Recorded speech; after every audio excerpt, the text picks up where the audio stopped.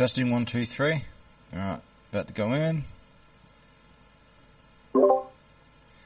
Hey guys, I'm recording and ready. Last night on the actual desktop, and it said that I tried to download it from something that was not valid. So like, I need like a valid OBS link so I can get a good download, because I tried several and it won't.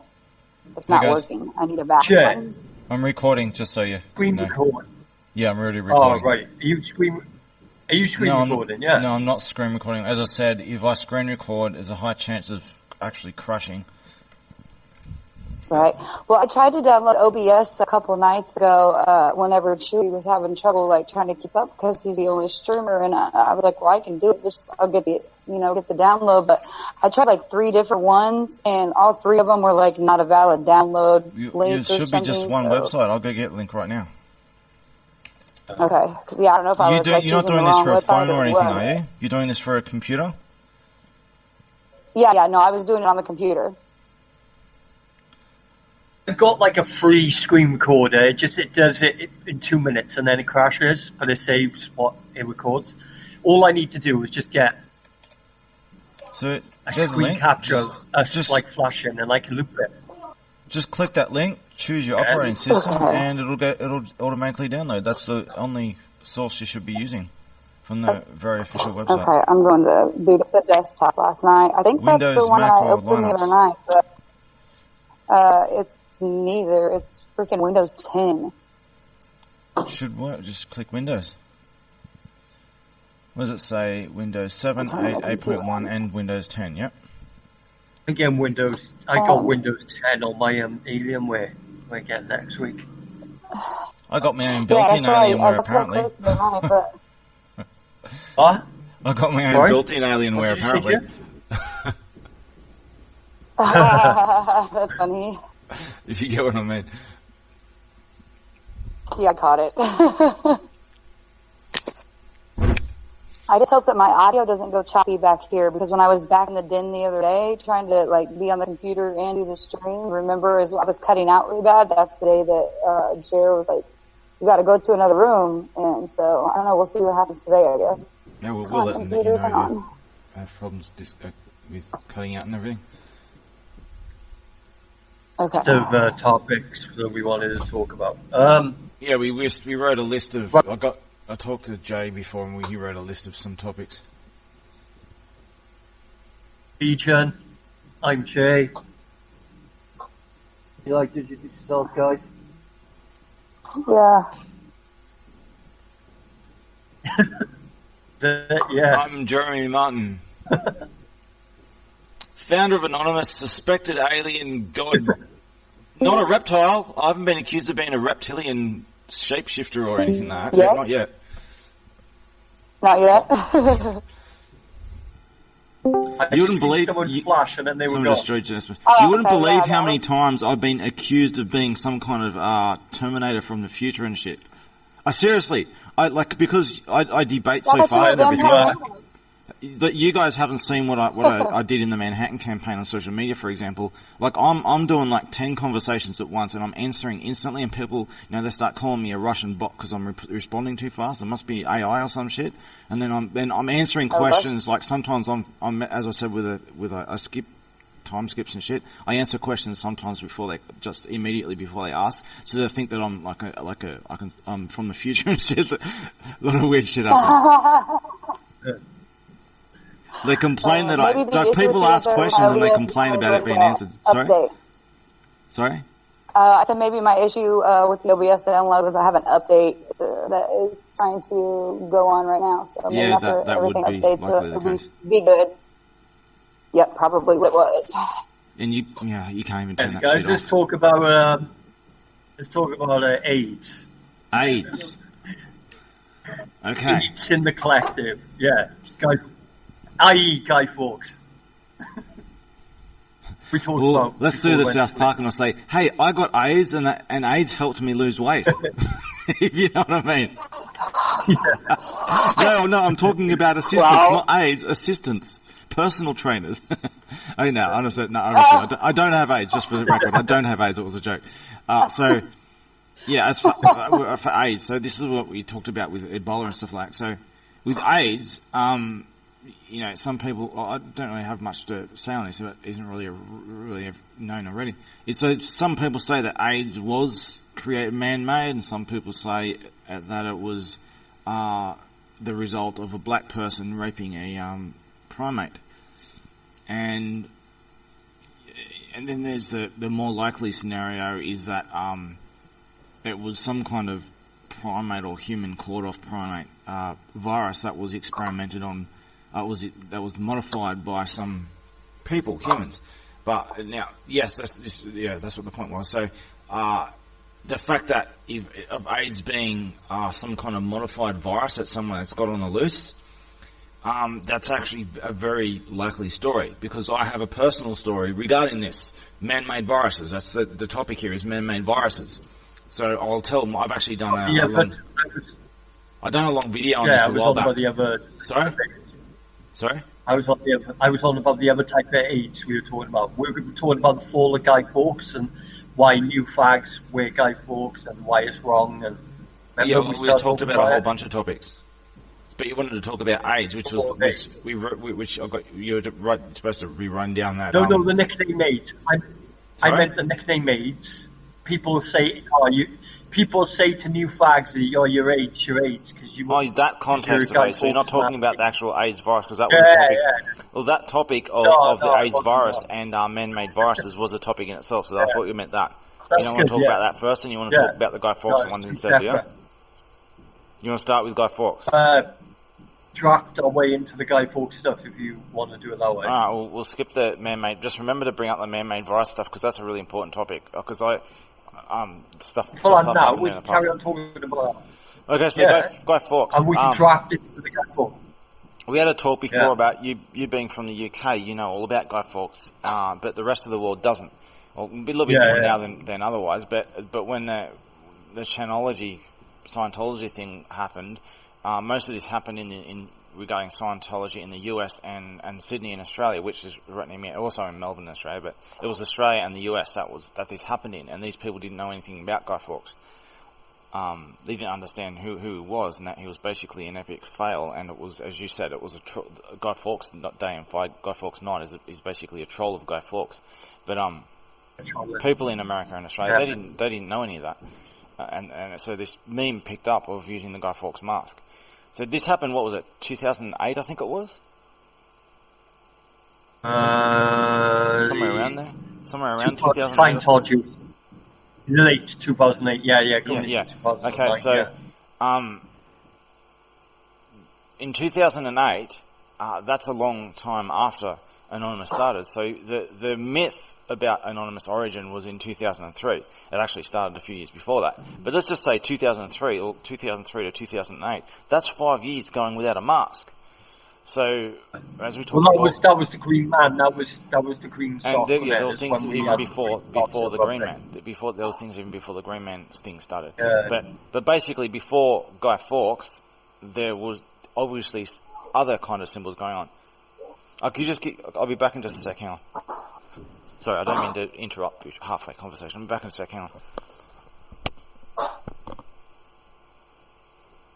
on. He's just died. Did he jump out of the conversation? What the fuck he's doing? What's mask? Oh, he is. Cool. That's what we're going to do. On November the 5th, we're going to burn a Guy Fawkes mask. Oh, for real this year? Oh. That's what I mean. There's all these fake anons that just what I hate about it, right, is if you're anon every day of the year. But some people just go flat out on November the 5th and I'm all anon for one day. I'm back. So and it's just shut up, you fucking nasty. So the Guy Fawkes thing started in 2008, right? So the Guy Fawkes. Sorry? Bro, the Guy Fawkes thing more or less started after V for Vendetta brought it in, didn't it? Yeah, well, you say in 2006, I think it was, around there, that the movie V for Vendetta brought forward the Guy Fawkes mask. So V for Vendetta came out a couple of years Annan was before. caught. Sorry? Annan was caught between Guy Fawkes and Batman. They were thinking about the Batman mask as well. Yeah, I've actually heard some vague things about Batman using a Batman mask. Only vague references here and there, but I have no direct connection to that. But it does ring a bell. I bet not many viewers knew about that, though, isn't it? I bet there's a lot of Anons out there wearing these Guy Fawkes masks and you know, fucking Namasty and fucking Spectres. They didn't know about the Batman stuff, did they? Probably. There was talk in the very early days about, like, if we meet him face to face, are we going to have to wear some kind of mask or anything? That was actually brought up in the early days, and people brought this idea to me. I said, look, don't wear a mask. No one, like, you'd be walking in the street, no one will know who you are. Just fit in with the crowd. Right. Well, and like some places, I think you said it was you maybe who said a couple of days ago that like in Canada at a protest, if you wear a mask, like they lock you up. Yeah, that's happening all over the world. There's a lot of places in the world now, not just Canada, where they've completely banned the Guy Fawkes mask altogether because the governments are scared. In the UK, ban you from wearing them as well. I mean, you have to take your mask off and show who you are in protest, you know? Or they're going to fucking lock you up. Yeah, I know. Well, what about like if you're just like wearing like a bandana? You still have to show your face. But if you're an Antifa member, that's fine. Yeah, don't know. Well, they're doing that here in America too. They're banning it, and I live in Arizona. And you cannot wear a mask, you cannot wear a bandana over your face. They will lock you up. Oh, hey, probably because I think that is like correlated with all like the gang activity down there, or what? They want to be able to identify people, right? A safety concern, I suppose. Hey, how's things, man? Who's this? Jedi. Hi, Jedi. Hello. It's Jay. Let's even this up and bring a Sith. He's one of my friends. I invited him in. That's cool. Hey, Jedi. And it's all good. Well, also, what they're pulling in America, too, is that if you're caught protesting, they're actually confiscating your property. Homes, cars, bank accounts. I've talked about elsewhere about solutions I don't to think that. have my resources in their banks anyways. I've talked in previous videos about the solutions to these problems, the direct action against these corrupt police officers. This is not the law. What they're doing is not legal. They pretend it is. It's not. So treat it accordingly. Treat a corrupt police officer pointing a gun at you as you would a thug. They pull a gun on you, you kill him. That badge ain't gonna save him. You fucking kill him. And then you go after everyone else involved. Yeah, well, I mean, I don't know how it is, overseas, but like in the States, like if you really know like what is law and what they practice is law, like police officers, aka peace officers, are really not like, they're foreign agents to us. Like all government offices are really foreign agents to what is really actually like the law. So they're not here to protect us or serve us. They're there for the corporation. I've got a ton of police recordings on the shit they done to me. They try and fake imaginary laws and shit. I've got like a whole bunch of this shit. You have to see it to believe the shit that they say. Just trying to empower themselves with imaginary laws that are just fucking completely insane. Yeah, here in the States it's called statutory code. You don't cop that shit. You put them in their place and you record their shit and you warn them of the consequences, that you're not going to cop it. And it's all going to be live stream, and if you get hurt in the process, people are going to come after them 10 times as hard. You watch them cower quickly, little shits. I've got so many stories of this shit, this pathetic shit. Like, I live in one of the worst corrupt police places in the world. Like, where, in my state, New South Wales, Australia, it is the third largest police force in the world, in one of the smallest populations in the world. And they started off as slavers, traitors of their own kind, who enslaved and betrayed their own kind. That's what they started out as, slavers, traitorous slavers. Excuse me, guys, I'm just having a Danish a minute. I'm on a Danish chocolate dessert because I'm fucking starving. You cannibal, you're eating Danish. Danish chocolate dessert. It's like a pastry drizzled in caramel and chocolate. chocolate, and they're fucking lush. I don't think you got what I said. Now So, I'm gonna have to go find something to eat because I'm starving too. So thanks for rubbing your chocolate Danish I in my got a pie face. and 2 coffees in advance. I've had like 3 hours sleep. I was processing the last video and everything, and I had a review of some things. So back to the topic. They just kind of make laws at will in Australia, don't they? Sorry? They kind of just make laws at will in Australia. Make laws of what? At will, or whatever they want to go with the people, they just kind of make law. Australia's right next to New Zealand, and look what happened with the Christchurch shooting thing, is they're just completely making up crazy laws out of nowhere, and that's not the law, just to intimidate everyone. And the example of when they deleted all this evidence on the internet, got caught, and then suddenly they back down. It just shows like they're bluffing with power they don't have. They're trying to pretend they have power that they don't have. And when you stand up to them and you document everything, you watch them cower like little piggies. So, okay, that brings a question. I'm glad that you brought that up, Jedi, because this is I don't know how really it works over there in Australia. So, like here in the States, we have these courts of law, which are really, they're not there to give us any justice either. Really, the only way that anybody who is a victim of injustice is going to get injustice is to do remonstrances to their state house and you're not cutting out, but your volume's going up and down all over the place. I can't hear you. Your volume's going up and down everywhere. I'm going to have to go to wired headset probably, I think. Maybe. Let me change over. Okay. Damn, this is good. Did you see my 2 Ghostbusters minutes before? I did not 1 but 2. One was in text chat. Oh, can you play my video, low C? So the how's that? What video? That's better, yeah. The low C one, the viewers love it. The low C, you know, I don't know what you mean low C. In the fridge and that? I have no idea. Yeah, can you play it? I have no idea what you mean. What is low C? I have no idea. Video I posted where he's in the fridge. The Ghostbusters video. Clip. I edited. It's just the scene where Ghostbusters where Dana opens the fridge and there's just a picture of someone's head in there instead, but it's not actually.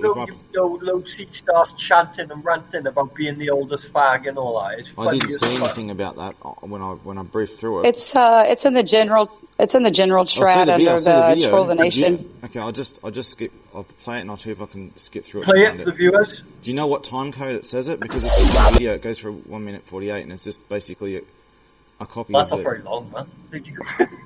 You could play that for the viewers. They'll fucking love it. It's a cool little video. It's just a little fucking clip. I'm not saying anything that you're talking about. You must have given me the wrong video because all I'm saying is a copy of a Ghostbusters scene. That's starts ranting after the eggs open. Yeah, it is the Ghostbusters scene. After the eggs open. So yeah, it's like a minute and a half of nothing. It's twice. Okay, let me. It's the volume's down really low, so. These motherfuckers think that they fucking got shit, right? No. How are you, Jedi, man? I'm trying to play it. Can you just be silent for a second? These motherfuckers think that they fucking got shit, right? No. The fucking problem is that fucking I control all of this shit, right? All of this shit. All of it. So they want to talk shit. No, fuck you. You're shit, dude.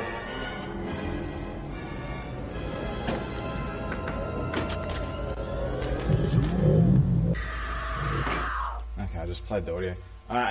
Look, he's just another leader candidate, okay? Well, I think we've got another candidate for my $1,000 challenge. Will he accept my $1,000 challenge? Uh-oh. I'll have a showdown with him like I have all the other fake leaders and shit. Daniel. That'll be funny. Daniel is a fucking hell of a troll.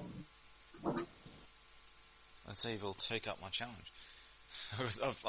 I've shot down. I've had standoffs with so many leaders and founders, and I'm still waiting for the president of Anonymous to take up my challenge. What titles does this guy? This guy that you're in question that I just played, what does he claim to be? Founder, leader, president, what? Owner. Owner? He claims that he started fucking Lizard Squad. Okay, that doesn't necessarily... When he was drunk, and then when he was sober, he said, "Oh no, I didn't start Lizard Squad." Okay, so he's not claiming to be the creator of Anonymous. That's Lizard Squad. It's something different. He claimed to be the founder of Lizard Squad and stuff. Yeah, that's and then someone phoned him up live. Someone phoned him up live and said, "Daniel, you ain't Lizard Squad. What the fuck you on about?"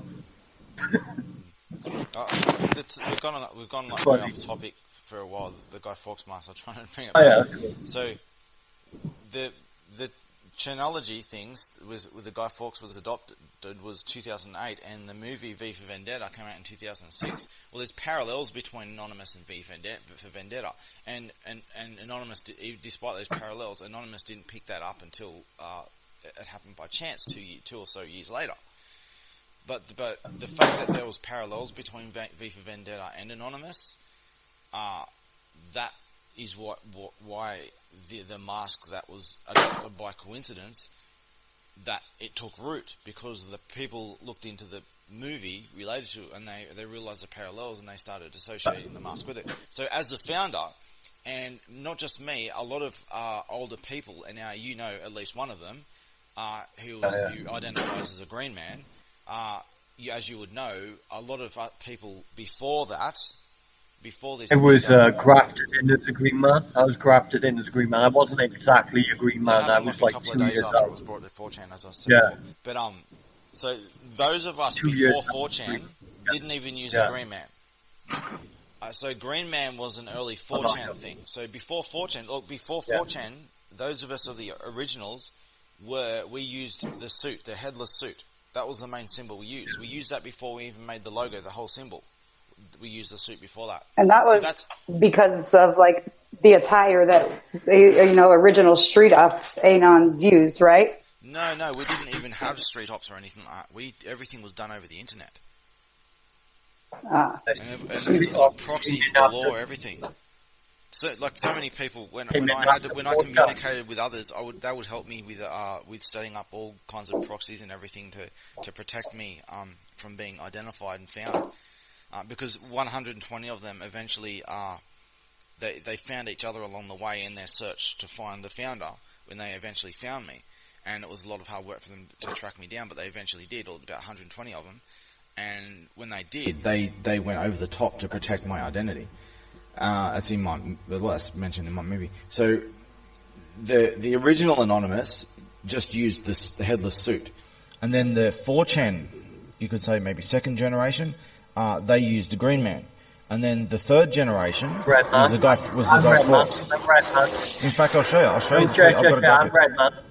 Redman, what? Sorry. Redman as well. Redman. No, the Redman's just a spin of Green Man, as in like a red. That's what I'm saying. 2 different chants. There's a long story regarding the 2 different. What do you need, baby? And 4chan, and they had a battle. I just need to find this image. What do you mean, what's wrong with that? Hurry up. I can hear someone talking in the background or something. Can you mute or something? What was that? I can hear that. Where is this image I'm looking for? Someone's making a lot of noise. Can you mute while you do it?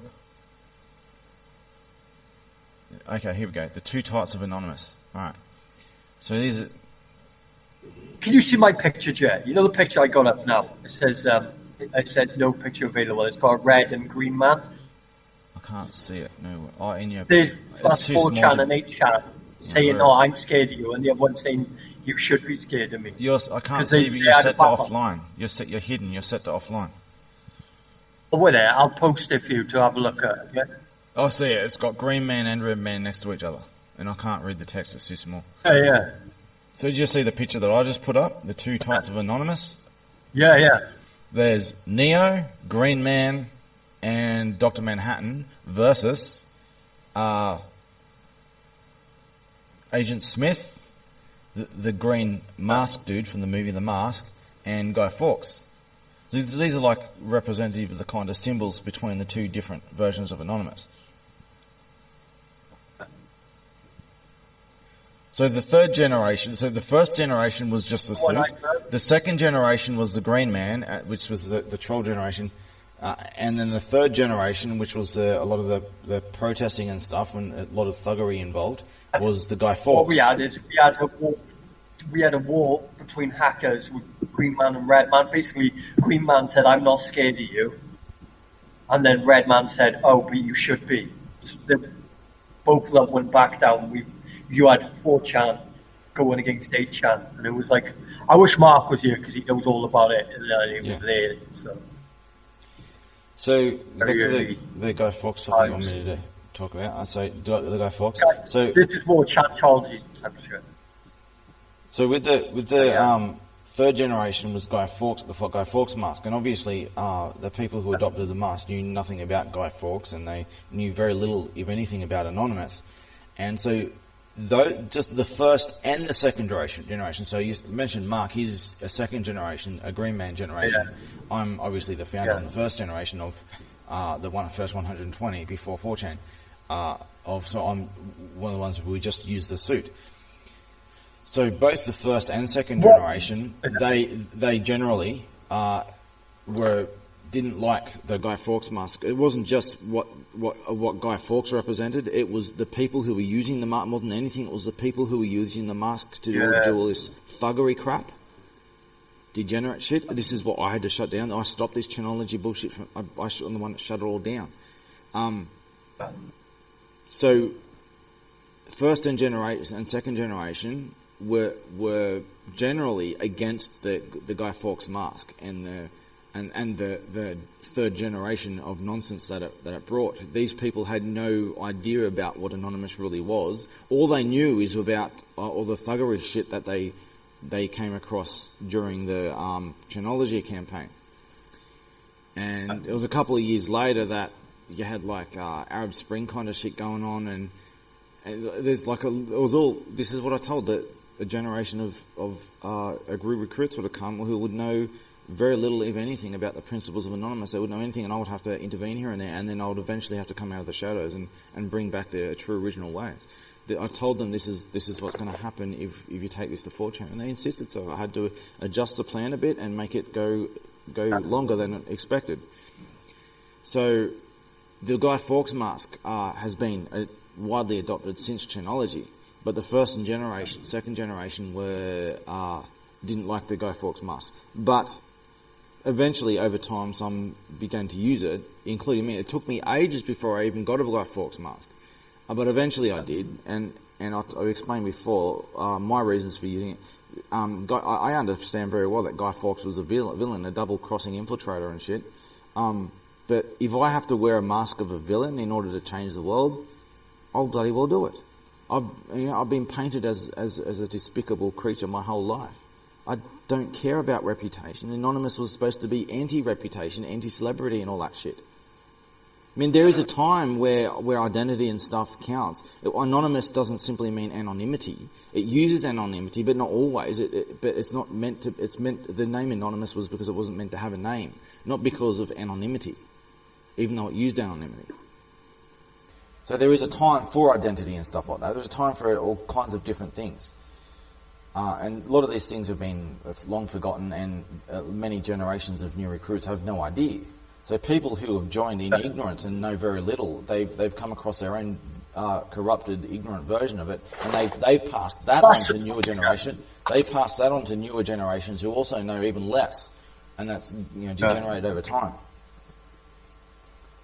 That's the problem. It's like new bloods. All they see is Guy Fawkes and fucking love, compassion, but you see, but what they don't realize is,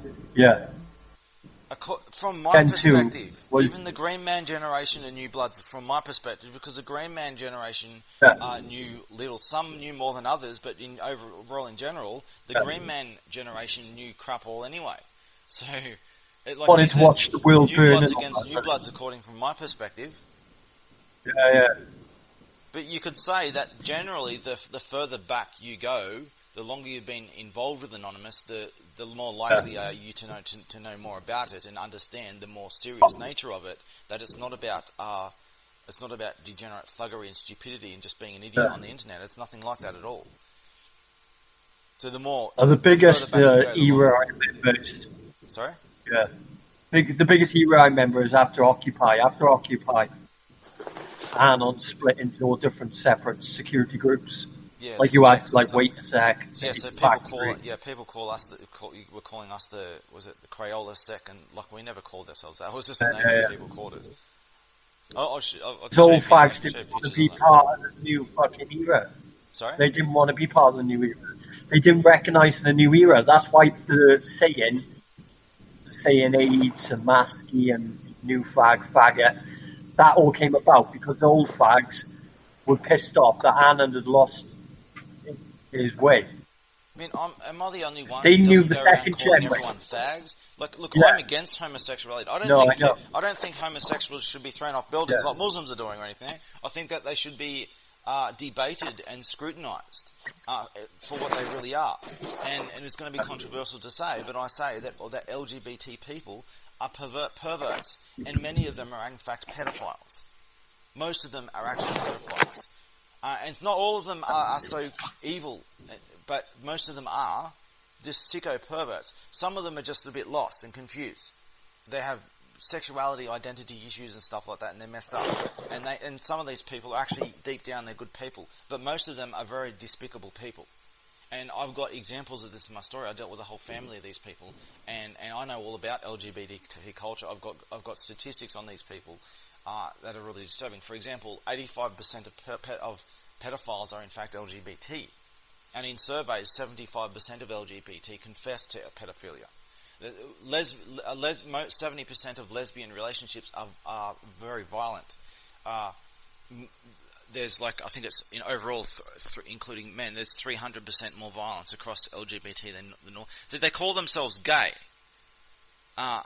Gay used to mean happy and joyous and stuff. They adopted that word to create a false persona because they were violent, aggressive, and degenerate. They always have been. You can see what's going on nowadays. The violence of the LGBT cult. That's what they are. I tell you all kinds of. They got 10,000% more STDs, 6,000% more AIDS. They are the primary spreader of AIDS. And this stuff is taboo to talk about it, but it's all true. So to call people fags, like new fag, old fag, I don't call people. I don't even call LGBT people. I don't even call them fags. It's degenerate talk. It's not appropriate. It's trolling lingo. Yes, it's troll just talk. Trolling lingo. It's it's troll talk. Well, I'm a troll. I am a bit of a troll. I gotta admit, I am a bit of a troll. I've been fucking. I'm second gen. I'm a second gen sort of Anon, and so that's the way I would brought up. I would classify you as the same generation as Mark. Yeah, just a later part of that generation, a later stage of that same generation. But look, I was a few years later. Anonymous was not about trolling. It was a serious, professional thing that mattered. It wasn't about stupid crap. It was very serious. And the second generation, from recruits from 4chan, degenerates from 4chan, they just took it as a big joke. Yeah, that's exactly what it is. They basically called themselves the final boss of the internet. Yeah, I've said that before. I am the final boss of the internet. This is what. And someone just left. I think it was Jedi. Oh no, back must have just disconnected for a sec. So, two different things. What was the topic? Just said what was the word we were talking about? Final boss. Final boss. Yes, I got Jedi confused with final boss. My short-term memory got one word replaced. Okay, so final boss. As anyone who looks into this, final boss of the internet is Anonymous, right? It's not just Anonymous, it's me, the founder of Anonymous. And there's a story why, because all these black hats and shit and everyone who stood against me, you see this yourself. I debate people and I always win, and it's because I know my shit and I'm incorruptible and I'm thorough. I do the job properly when I do things. And I'm constantly dealing with people who take shortcuts and they're not sincere and shit like that. And they have no idea. They're dealing with these are like novices dealing with a professional. They've got no chance, Like a level 1 dealing with a level 100. second gen took on the name, didn't they? They started calling themselves Final Boss, the internet, fucking internet hate machine. Yeah, but it started. I'm gonna It jump started in with here. Anonymous, and then other people started trying to emulate. So other people started emulating me and calling themselves the final boss as well. To as people emulate Anonymous. I have no time, bro. I'm going to the gym. Okay, so it's Samuel. He's not going to come in. So that's where the final boss thing started. Jedi had a call. That's why he jumped out, guys. Sorry? That's cool. Jedi had a call. That's why he jumped out. He just messaged me on a different forum and was like, "I hope you didn't hear my call. I'm so sorry." I was like, "No, we didn't." He jumped out and just jumped straight back in. Yeah, I didn't hear anything. So we just dealt with the final boss. Is there anything more you want to talk about the mask? Like you want to talk about my personal involvement in the mask? Because it was like seriously, I didn't even get a mask until I think it was like the very start of 2013. Well, I think maybe we should address this for the listeners, and maybe I think we should address this because we all know, like, I'm pretty new. I'm not like super brand new, but I've only been in for a few years. So, like, what's your advice to some of the noobs coming in that really probably don't know the history of any of this and that are kind of getting lost within the intranet of all these different groups and things that are really not truly anonymous or representing, what it's about, I have the perfect answer. What they gotta learn, what they gotta learn is that when you wear a Guy Fawkes mask, you're contributing to capitalism, which we are against. Every time someone wears a Guy Fawkes mask, money's going to fucking Warner Brothers. Not necessarily, because there are different people who actually mass produce these masks for really cheap, and they've got nothing. Yeah, like you can buy them on Wish.com for like $1, guys. Yeah, but different. I understand what you're saying. Warner Brothers doesn't get a percent out of that. It just depends on who you buy it from. But as for your question, but a lot of money does go back. Yeah. Sarah, to answer your question, a lot of money does go back to the code. So to answer your question, I have the perfect answer to that. Well, people join and they realise there's all this mess everywhere and different people leading in different directions. Well, there's one voice that stands out. The very founder has come forward to give these people the information they seek.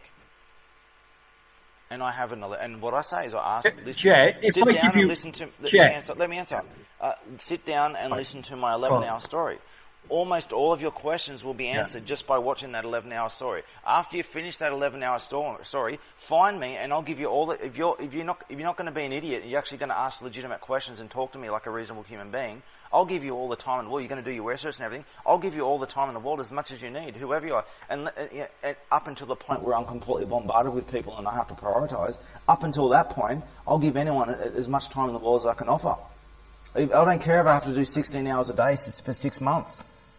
Speaking to people and going through I guess I kind of just wanted to hear you announce that again for maybe first time listeners who haven't, heard the first, couple episodes that we've done, so that they're aware that, they can reach out and that, once you do the 11-hour story that you're available to answer questions and, we'll go through research and things like that. I'll refer to that right now. So if you, the easiest way, if you're listening to this for the first time, go to YouTube, type in Jeremy Martin Anonymous. And you should see an account with a purple Dr. Manhattan avatar. That's under the name Jeremy Martin. That's my current YouTube channel. Go into that YouTube channel, go into the playlists, and click the playlist, The Greatest Story Ever Told. And you might need to grab some popcorn, a beer, and it's going to take a while, but it's worth watching. And it's 11 hours. Almost all of your questions will be answered and more just by sitting down for 11 hours. In 1, 2, 5, 10 sittings, whatever long you want. It's all split up into a lot of small videos, so you can stop wherever you like and know where to continue. Makes it easier. And in your own time, watch the 11-hour movie, and it'll explain everything you need to explain. And from there, I can give you as much information to digest, more than you could possibly imagine, as many people here have realised. I can easily drown you out in information and rabbit holes and shit. I'll give you as much as you can digest and as fast as you can digest it. Yeah, can we play a video from... Go ahead, Jer. I was going to say, can we play a video from one of my mates made? It's a message to the collective, and it went viral. It had like 9,000 views. It's really good. Well, if I play it on this, if I play it on this audio clip, it's only going to play the audio, not the video. And how long does it go for it too? That's cool. Only a few minutes. You got a link. Let me get the video. It's a really, really good video. It went viral. So it'll only play the audio. Yeah, that's all right. All right, just get me a link and I'll Let me just find it for you. Yep.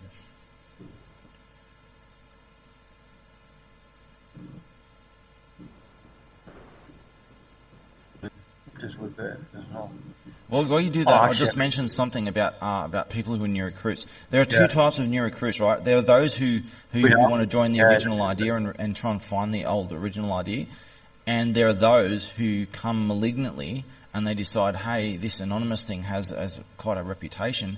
I'm gonna grab hold of that and I'm gonna try and bend it and use it as a tool to put myself on a pedestal and push my own agenda. There's a lot of toxic, evil people who do that. They're the ones that are the most loudest, the ones who are the bullies, who are the loudest, who have taken over everything on social media because everyone else has been censored. All right, so I've got the video.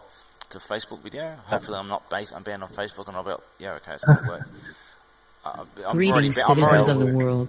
I'm already banned on Facebook. I meant my whole complete account deleted, so I couldn't even watch the video. Okay, I'm going to play the video now. So if you can be quiet, it goes for 2 minutes, okay? So if you can be quiet. You turn it right up, bro. Yeah. I can't turn the volume up any more than it is. I'm going to play it, so if you guys can just be quiet for about 2 minutes while I play it, you might be able to hear it in the background, so I'll play it right now. Greetings, citizens of the world. We are anonymous. It is sad to break this, but we as a collective are surely falling apart. We are more divided now than we have ever been, group on group hate, troll versus troll, man against his brother, until man exists no more. The Antichrist is the hate in the world driven by mankind. We invoke the beast within ourselves. Negative energy surrounding the anarchist world has seeped through every group and is spreading like some mutated disease. All we do is report each other on social media. Lists of people get their accounts killed, and so on it goes. The government has already won, because we are destroying each other. They are sitting back with popcorn counting their wads of cash watching the world destroy itself. They are the greatest trolls, not us. The elite troll the world, but only the awake can see the strings being pulled. He who controls the money supply, controls the people, cause money is what controls the world. The awakened people see the sheep all on strings, and every day we try our best to detach these strings from them, and wake people up to having a free world, their life. They are not some cattle to a gutless government, a number on the register. They are all equal individuals, no puppet master stands above them. If we could all see this, and stop fighting with each other, then just maybe we give humanity a chance to get back on its feet. Fight for a free world, where rule of law is cast out like some discarded tissue, and men who controlled the world for so long thrown down to the people by us, the small people. But surely our end game is the same.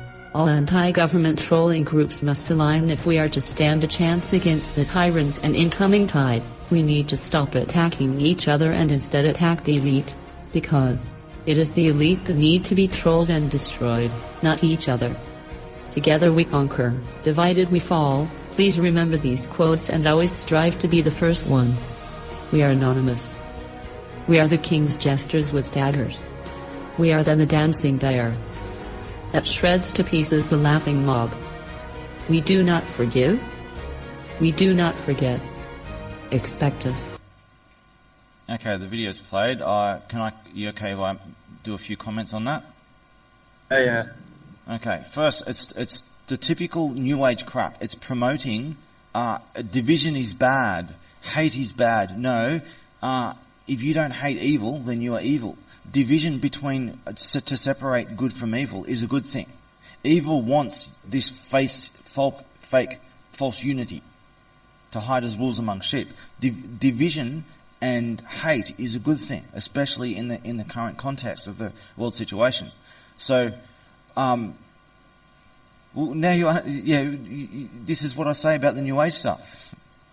So, when it comes to the rest of the message, the main theme of the message is a good thing. Is people need to come together and bring back the original ways. Well, the only person who can do that is me, the founder. And that's what I come with the story of the original Anonymous, what it meant, the secret mission, all the mysteries that we've been hidden all these years. I come with all this information and all the evidence to prove it. And I ask everyone to sit down for 11 hours and to go through this movie. And once you're done through this 11-hour movie, I'll give you all the time you need. I'll give you all the information you need, as much as you can handle at any one time, and we'll go through everything. And we'll establish every shred of truth. But first, I'm just going to jump. First, can I jump in there real quick? Sorry. I was going to jump on there real quick on the 11-hour story thing and just tell people, like, don't be intimidated by this 11-hour story thing, like the way he has put this together. A, you don't feel like you've dedicated 11 hours to it. B, it's put together in small segments. Like, so he said earlier, you can, stop and pick back up. Like, I myself am not completely through it. I'm right now on your interview on CCN. Yeah. But I don't feel like I've spent nowhere near the time that I probably have listening to this information. So it's worth the time that if you really are wanting to know and be a part of the next phase, I highly advise that you do this. Okay, with that CCN interview, have you watched any of it yet, or you're up to it? I just started it this morning, so I think I was maybe 3 or 4 minutes in, and then you guys said we were getting ready to go live, so I paused it. So I just want to say something about that interview, just to give you some the situation of it. Is I had just escaped a torture facility, a government torture facility, and I was on the run from the whole government was after me. I hadn't slept for 5 days because I was being tortured from drugs and shit, and I was in a really bad way. I might not seem it I seem like I'm really with it in the interview, but I actually mentioned later in the interview that I'm really struggling and I'm in a little pain and stuff, even though I don't seem like I'll just look like I'm just like I am now, like I'm completely coherent and everything. But I was really struggling and I hadn't slept for 5 days. I was on the run from the government. I've been evicted from my home. I was completely homeless. I've lost all my stuff. All I had with me was a bag with my laptop. I managed to escape with my laptop and I went and I snuck and got 2 of my hard drives full of all my data. It was raining outside, so I couldn't go. I had shelter for the night. I didn't know what I was going to do after that. I had 2 hard drives with me. It was raining outside. If I got my hard drives with all my data and evidence and shit, if I got them wet, it's all gone. So that's the situation I was in when I did that interview. I didn't even know what I was going when I went to sleep that night, what I was going to do the next morning, where I was even going to go to get away from the rain to salvage my hard drives. And what happened a few days later, I think it was like 3 days later, I got caught by police, and that's when I was in prison for an entire year when they caught me. So I spent 50 days in a torture facility. I escaped, and they caught me, and I was in prison and tortured even more for a year. Horrible. So I was in a really bad way. Yeah, your story is very, very motivating because, a lot of people who go through, the things that you went through or, things that I went through or other people that are within, like a lot of people lose their moral compass and their values, through the persecution and their injustices. So it's a good message, that it is what you allow it to be and what you make of it. That's right. And that's the whole point of this, is to show mankind an example of what people do to you doesn't define you. You're defined by the choices you make. You're defined by what you do with the hand you're given. The hand you're given in life isn't what defines you. It's what you do with it is what defines you. And no one else is responsible for your actions but you. You decide what you're going to do with it. And people make an excuse and they always blame their own actions on someone else. No one is responsible for your action but yourself. And that's what my story is an example of that. You can take what you're given and make it into something better, or you can just make excuses and blame everyone else for what's your own fault. Yeah, that's absolutely correct. Yeah. Guys, should we move on to the second topic? Yeah, there's a lot of topics to go through that we went through. So you want to continue with there's a lot. Probably I'm sure there's a little more we could talk about there for. So we can just continue with the next topic. Yeah, let's go. Yeah, just basically. Oh yeah, we can talk a bit more about. Hang on. Shy did Shy? No, he's not in yet. Shy's not in yet. No. He's in the chat, but he's not in the voice yet. Yeah, so what topic do you want to talk about next? He's just asking who Jedi is. Yeah, I know. I just answered. Oh, cool. Yeah, we can carry on Hopefully talking about Jedi heard what I said about the movie and he actually has a look at the movie. And like I was trying to say, Yeah, he already asked me for the link. He's definitely going to check it out. Cool. Well, I'm gonna also show it to my son because my son's been going to a lot of organized in on protests and stuff, and he needs to know the backstory, not just jump in and cause chaos. Yes, perfect person to give this to then. Jedi, do you want to jump over to the main general chat? Like Shy asked what your skill base is, which I obviously know, so you just kind of want to give people like an idea of how long you've been in and what sort of things and areas that you do. I feel like I should let you say that. It's your place, Sure. not really mine. Sure. Or you can address it really just on the air if you want, or if you feel more comfortable in the chat, that's fine too. Either one. You need to reach out to kids on Facebook. Yes. You do. And like this is, if you go through my story, Show them the other way. if you go through my Yeah. story, this is what I did in the early days. I was reaching out to. So This is you- why the bro, FBI you reached out to should've- me, because I was taking care of kids that were being led astray by black hats. You should have done is in the older days. You should have done this story then, not come out so late. Well, I didn't. Most of this story has happened since then. Most of this story has happened since then. So. Yeah, I get it. So yeah. So what topic did you want to talk about next from the list? What I mean is, though, what you should do now is, when you get off this ban with Facebook, is make a Jeremy Martin Facebook and just try and reach the story out to kids, I've got so my that we Jeremy Martin. redevelop the old Anon. I've got my Jeremy Martin personal Facebook, and all my shit's public. Yeah. It's all I've got Yeah. it all public for everyone to see. Like I've been public for a long time. Right, all my but personal like, stuff's all public. I know, like now I can find it and I can see it, and I haven't really looked for you on Facebook because that's not where I tend to do my research. But I know, like, just even a year and a half or so ago, if you try to like Google or another browser search, for the founder or anything like that, you weren't gonna get that information at that time. It was not gonna give you anything in your search results. It does now, but 2 years ago it didn't. Yeah, there's a lot of tinkering with search results, and some of it's just like coincidence, but a lot of it is like some malign shit going on. So Jay, which topic did you want to talk next? Because we've got a big list. Like, if you want to go for 8 hours, I'll go. But sorry. Yeah, no. We'll just finish with Guy Fawkes. So basically, what happened was after Occupy Wall Street, you had things like ClownSec, WaitSec, the Hate Factory, and all these new sects were coming out because they were fed up. Because they were more second gen, weren't they? They weren't like you, who was first gen. They were second more to and the probably second even more gen. so third And gen. then, and then they were hating the new gen coming in, like all the Macs. Yeah, I call it the New Age gen. Like around shortly before I came in the Manhattan campaign, probably about 2014. All this toxic social media with the New Agers and the Muslims and shit infiltrating Anonymous with all their toxic lies and shit, all the propaganda. Those two groups really became a massive infestation around 2014, a year before the Manhattan campaign began.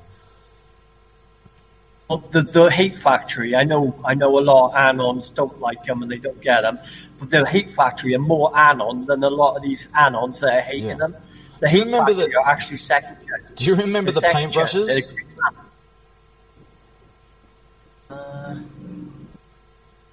After I made the Manhattan, do you agree with me? Do you agree with me? Can we just put this out to the viewers so they get a bit of an understanding that the Hate Factory are second gen?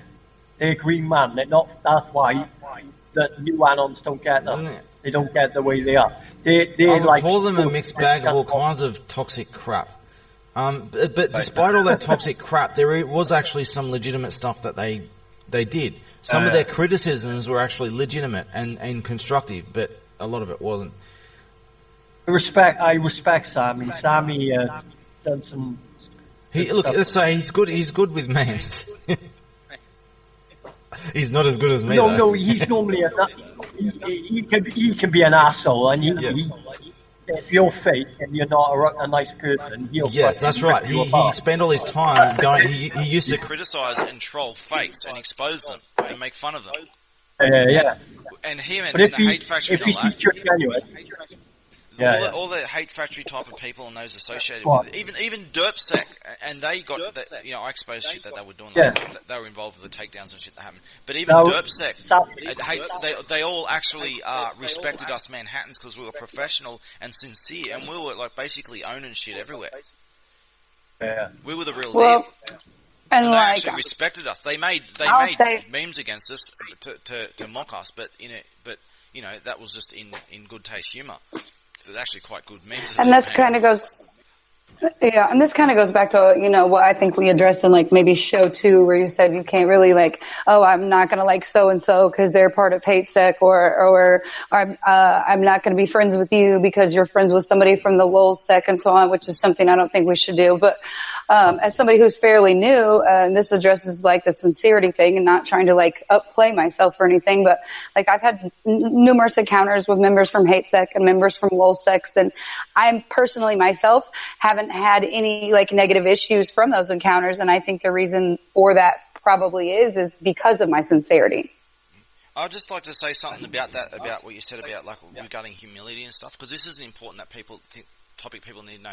Now, generally, the human ego has a tendency to rise and inflate itself and get really some messed up things going on. So to have to constantly artificially humble yourself and put yourself down and put your ego down, in a lot of circumstances, it's a good balancing act, right? But it's not always the case. Sometimes being overly humble can be out of context, can be a destructive thing. Generally, it's a good thing, but sometimes it can be a bad thing. In times where you need to rise up and with no apologies, no excuses, you do what needs to be done and you take charge. Sometimes you need to do that. And absolutely. And so when you've got this artificial humility, which is usually a good thing. But if you use it when you need to rise up and take charge, it can be detrimental. Like it's a contextual, it's not a universal thing. So there are times for a certain type of humility, and there are certain times where you just take charge and you make no apologies for what you do. Absolutely, I totally agree with that. I just want to mention that because people have this idea that you need to be overly submissive and humble all the time, and this is contextual, and it can be a good or a bad thing. Yeah, it doesn't apply to every. Yeah. Doesn't apply to every circumstance. Yes, I thought I'd bring that up because it's important for people to know, because people they get so it's like people who say they're against violence. As I said before, everyone believes in violence. Just not many people have the balls to say it. So if you need to act in self-defense, you'll start believing in violence quick smart.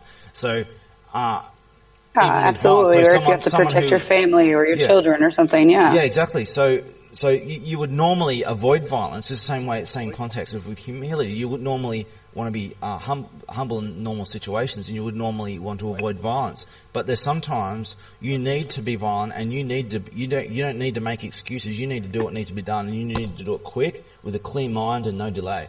Sometimes you just need to do what needs to be done. And that's the same thing with humility and ego. And to do so is not when you need to rise up and do what needs to be done. It's not that ego is out of the equation. This is just someone doing what needs to be done and taking charge. Ego has got nothing to do with it. Right. Yeah. I just thought I'd bring that up because people overly they pretend to be pacifists and they pretend to be artificially humble and they're enslaving themselves to chains out of cowardice and fear, and they're doing it for the wrong reasons. They don't know what's actually going on in their own head. Do you believe in alien abduction? Yeah, there are lots of instances of that. You're right. Well, I'm going to have to agree with you because I've been known to be overly humble. You've known me, Sarah, for a while. And I never ever take credit for my work. I just don't. Yeah, but you also when the time to take a stand and put everybody's, norms of perspective of what's okay or acceptable out of what the current situation is and handle what needs to be handled. And I have seen that from you time and time again over the last, we've been friends for like 3 years. So like, you're one of my real people, and I know that. And I know that because of your actions and the things that you do. Someone put up a Stewie. And I know that a lot of people have passed judgment on you, but like, that's their downfall. But sometimes, you got to put a boot to people in order to get them to straighten the crap out. Right, yeah. You do. You both get what I'm saying. Sometimes you need to step up and you need to take charge and put people in their place. Yep, absolutely. So to answer the question that was asked in the group earlier, I'm actually a child rights advocate, and I fight for kids' rights. I fight to bring them home. I have my own story of how I got brought into it. But, the fact remains is that our kids are left with this world, and we've got to fight for them. And at the end of the day, what we're fighting for now is going to count tomorrow. Yes. Fully agree. Look, so many people are focused on such a narrow, short-term perspective. Don't just think about tomorrow. Think about the day after that, the day after that. Think to as far as you can possibly see, to the very end of see how far the whole scale of things goes, and plan to the very end. If you actually watch my 11-hour story, the very final video says this very point about how far do you see, how far do you plan as far as I do, and see ahead as far as I do. See tomorrow and beyond. And most people, they only care about today. Can you see my meme I just posted? Tinfoil one seems a little crazy. The tinfoil man hat. Hey, look at that. Can you see that? Check. You get it? I've got an interesting tinfoil hat story if you want to hear that. Go on then. So, like, the thing with tinfoil hats, I was looking into this, just in general research of things, and this, like, the thing about tinfoil hat and this conspiracy theory, how they're mocked and everything, it's been, some dishonest people have created this, myth about tinfoil hat and craziness. And the argument behind this tinfoil hat thing is about like protecting from radiation and stuff, and that kind of influence your mind. It's actually in fact true, and it's well documented. But they've skewed it into something else that the argument wasn't. As mind control kind of shit. Yo, I'm being mind controlled by radio waves. I need to put the tinfoil hat on my head. I'm scared of invisible monsters and shit. That's not what the argument was about. So using tinfoil to protect your brain from influence. I'm not talking about intended influence. I'm talking about even such as like local radio towers and stuff. They can affect you in a small but progressive way, a detrimental way. Right, and now that this 5G is going in globally, and there's such larger amounts of the levels of the waves, like a lot of people think that's all conspiracy too, but it's really not. I like to say it's a bit of both, and it's something that should be really investigated and talked about. It's a long topic in itself that should be talked about. But with the tinfoil hat stuff. So there are legitimate reasons, even for certain people, not for everyone, but certain people who have certain health conditions. If you're having a lot of migraines, for example, wearing a tinfoil hat for at least a few hours a day, it's very cost effective. And if you do it, there's a reasonable chance that it might actually make your migraine better, because it could be some kind of a radio wave cause. You might need to be near a radio tower or something, or power lines can do that as well. And it is a real thing. And that's not the same thing as people saying that people are being targeted by energy weapons and crap like that. What I will say is certain kinds of energy weapons just do exist, and certain kinds of like targeted individual kind of stuff does happen, a lot less than people say. But things do happen, sure, but there's a paranoia stuff that's nonsense. But the majority of the argument here regarding tinfoil hats is fully legit.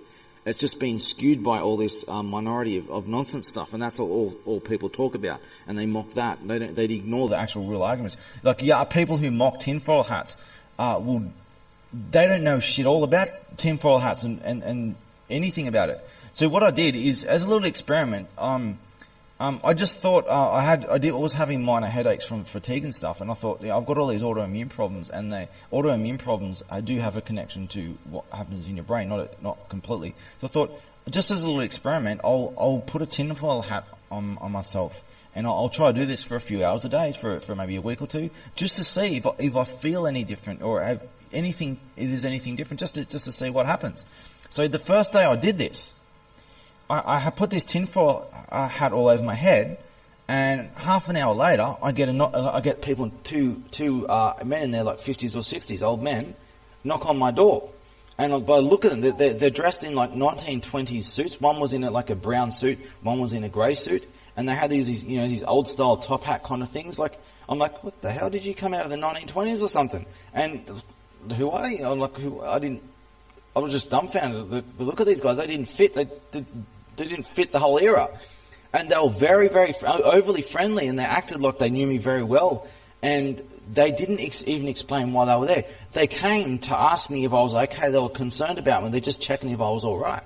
These two old men dressed in 1920 clothes, half an hour after I put this tinfoil hat on, they come to my door. They just want to see if I'm okay. And we had a little conversation, and at first I thought, you Jehovah's Witnesses or something.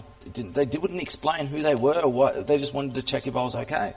And so what happened is later that day I went. That's really strange. I have an explanation for that, but there's more to it. Later that day I went to the movies. I used to live before this shit happened with kidnapping and got evicted and everything. I used to live near a cinema, and just a few streets away. So I went to the movies, and as I can't remember if I was walking in or out of the movies. I think it was when I walked out of the movies.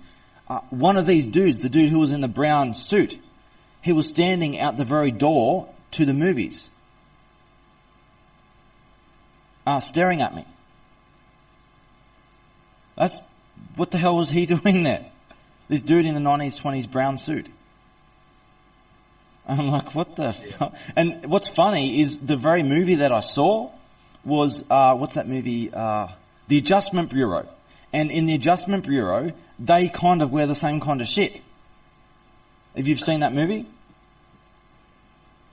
They were like the whole kind of role of the Adjustment Bureau kind of people. Which kind of spun me out even more seeing this dude. Like, I saw these dudes, and then I went to watch this movie, and then at the front of right at the front of the very cinema door, inside the actual cinema, outside the door of the cinema room, this dude just standing there, staring at me. I have no explanation for it, but it's quite strange. And I wore a tinfoil hat, and I wore a tinfoil hat, and somehow these dudes come to my door half an hour later, worried about me. Should we move on to the next subject, bro? First, I want to give Jedi a chance to maybe jump in there if he wants to, because these are some issues that he personally has too. And like, I know lately he's been having a lot of headaches, but like, he deals with autoimmune stuff and Rh negative too. So, I mean, if he wants to jump in here and speak real quick, I think now is a good time since we're on that subject. Right. Well, yeah, I'm sitting here, I'm like, wow, he has the same issues.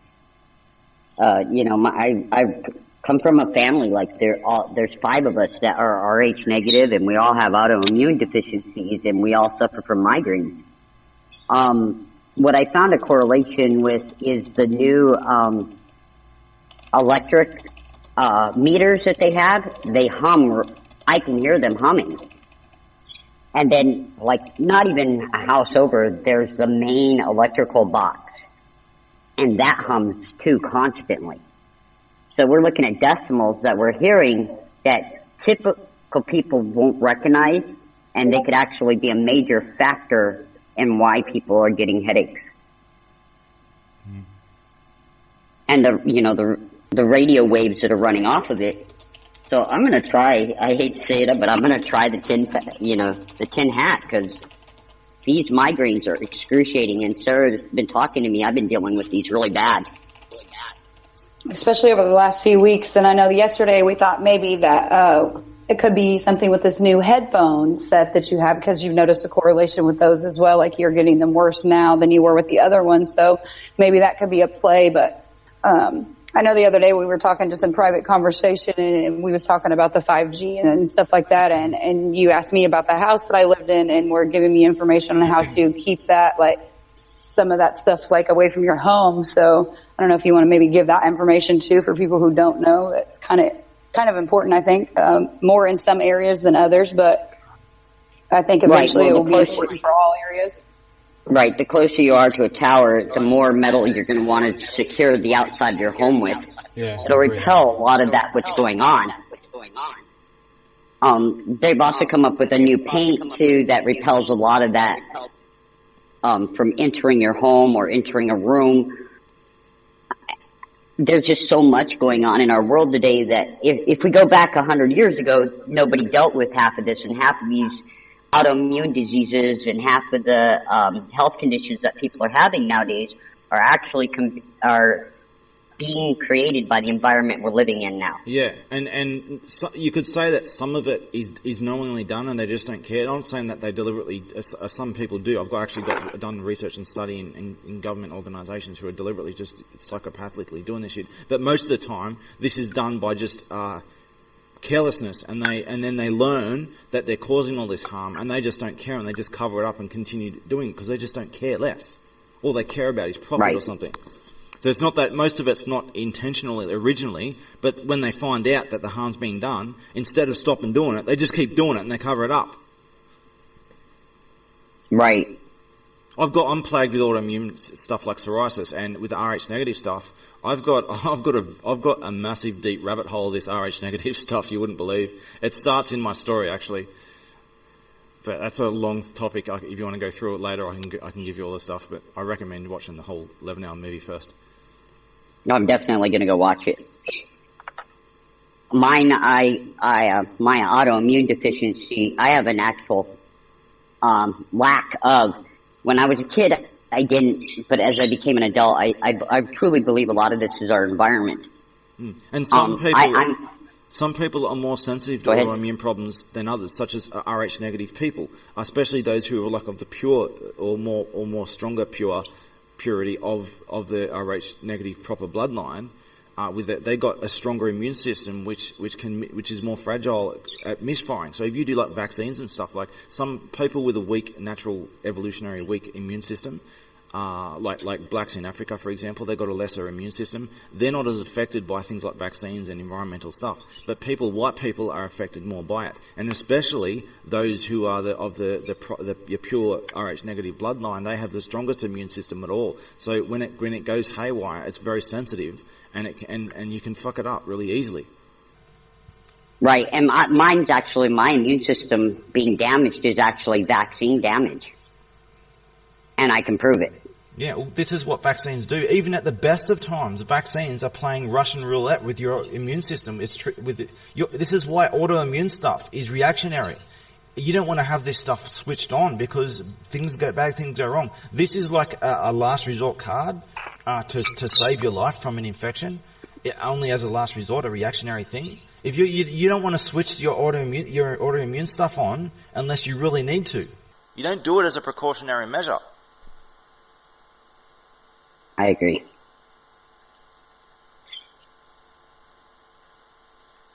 I guess in my family we got a little bit more, going on because there's so many of us that are Rh negative. I got massive psoriasis that I had.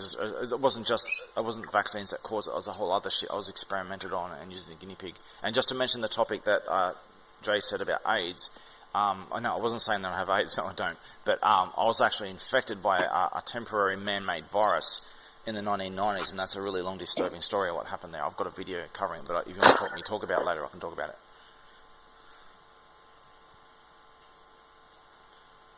So I guess we're on to the next topic then? What topic did you want to talk about next, Jay? Because you got a list there that we went through. Jay, you there? I mean, we might have lost everybody. I think, no, I was muted out, and I think maybe Jay had to step away for just a second, but he would be right back. Yeah, he should be right back. Me and Jay went through a brainstorming list of topics. Like he was concerned that he wouldn't have any topic to talk about. I'm like, dude, I'll never run out of topics. We do this for years, man. We'll never run out of topics. We could do it forever and never have enough time. Yeah, so what I said to him, like, just let's go through some important things to you, topics that you want to talk about. We'll go through some ideas. And we started brainstorming, and he's like getting really wired up because he's like, oh yeah, this topic's awesome. Let's go this one's too, and he's getting really excited about it. And then like we both went on for like way too long on a long list of topics. So he's got like a massive list now, and he has to like prioritize out of a big list. That's kind of really the way you almost have to do it, because otherwise, like, well, like you were saying last night in the conversation, which is totally not what we're talking about today, other than like you were saying, there's many, many tentacles even to the depth of the rabbit hole. So yeah. If we don't kind of like itemize a list of what we want to address and then just kind of like go down it, like there's really no other way to do it because there's so many things to cover. Yes, so you go down one rabbit hole of one topic. You get to a point where it branches out into other topics, and in order to understand that one topic, you're going to have to start learning another topic. And then yes, the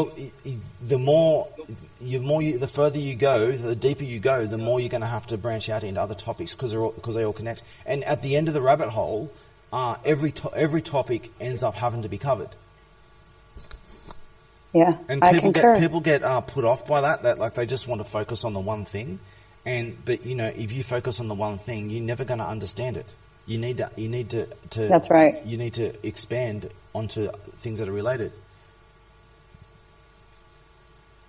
Yeah, I totally agree. That's just like me and Jedi were talking yesterday, and he was like, "Do you ever breathe? Do you ever take a break?" And I'm like, "I don't really have time to. Like, yeah, a few hours a night when I sleep, just because like my body has to have it, but I constantly feel like I'm behind because I just have so much stuff to do." Yeah, same here. But not that I'm complaining about it. I also feel like I'm not either. Like, I don't think I could function. Yeah, I don't think I could function without it. You know, like at first it was a bit overwhelming, but now, like, if I'm not like extremely multitasking, like at least 3 or 4 things simultaneously, like I feel completely out of character and like something is drastically wrong with me. I mean, what's the point in living if you're just going to sit there in the lounge drinking a beer, staring at a wall, or watching celebrities give you diet advice while you're eating potato chips, watching it? Exactly. And you know, that's like last night when we was talking about different movies and stuff to view, and I was like, I'm really bad with titles because I am. And like, if you put it in front of me, like, I'd be like, oh yeah, I've seen that, you know, or I haven't seen it. But it sometimes, unless it's like one of my favorites or something like that, like, I'm terrible with like movie titles. Like there's a chance that I might have seen it, but unless it's actually in front of me, like I'm probably the higher percentage chance rate not going to be able to tell you until I actually like look at it, because I feel like I just have so much information. It's like almost like I got to see it to pull the information out almost. Does that make sense? Yeah. So I'm not bad with movie names and stuff, but with people's names, I'm horrendous with people's names because I don't pay Me too. I don't pay attention to identities. I don't see people in the same way. I don't see people. What I see people is just containers. I'm dealing in content of what's in the cup, the water that's in the cup. I'm not concerned about the cup, so I don't pay attention to the cups, the people's names. So this happens all the time. Like every time it happens, someone will introduce their name to me. 2 seconds later, I've forgotten their name. Every time. So telling me your name, I'm the same way. Shit all to me. I'm forgetting as soon as you tell me. Because I'm so focused on other things. I'm terrible with it too. I'm so focused on the content of what's in your head and what's going on and your moral compass and all kinds of stuff. That's what I'm paying attention to. So when you tell, all names like are so irrelevant to me that I just forget it all because it's such a low priority. Right. I'm so terrible with that too. Like prime example, like I think it was yesterday or maybe the day before, like I was trying to get a hold of Jay, and I didn't like see him in Discord, and I was in one of our other chats somewhere else, and I was actually talking to him on one of his stock accounts, but he has a couple, and like, I'm so bad with names that I was like, who the hell is answering me? And it took me a couple minutes, and I was like, until he said something that he always like trademark says to me, and then I was like, God, I'm so stupid sometimes. It is him. Well, me and Sarah are talking about various topics that I know about. I'm like a squirrel, and she has to kind of round me back around. I'm like, oh, squirrel, I'm going on this tangent now. I'll show you. Conquer the squirrel. Where is it? Let's see if I've got it. No, I don't conquer my squirrel because I always end up back at the original thing, but they all intertwine. No, Conquer. His name's Conquer, the squirrel. If you look up Conquer's Bad Fur Day on YouTube, it's hilarious. Where is Conquer? Oh. Let me find it. That's really funny that we just started talking about squirrels, and my friend I was talking to this morning, a good friend of mine, and she's like, you want to see my baby squirrel? Like, she's rescued this baby squirrel or whatever and has like taken care of it in her house. And I was like, you're always rescuing something. Here we go. Hey, I got a small petting farm at my house. Here's an example of Conquer the squirrel.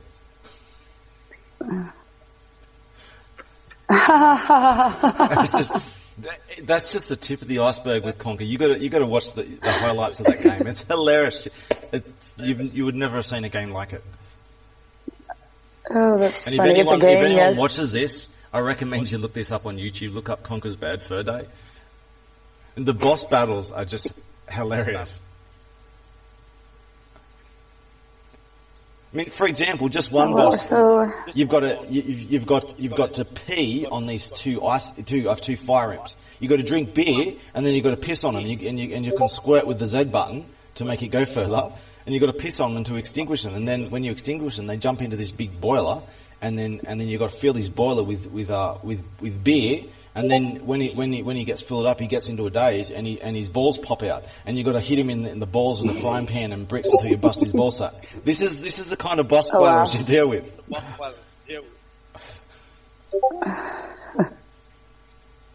So do you have the list of topics since Jay is still unavailable? I remember some off the top of my head that we went through a lot of them.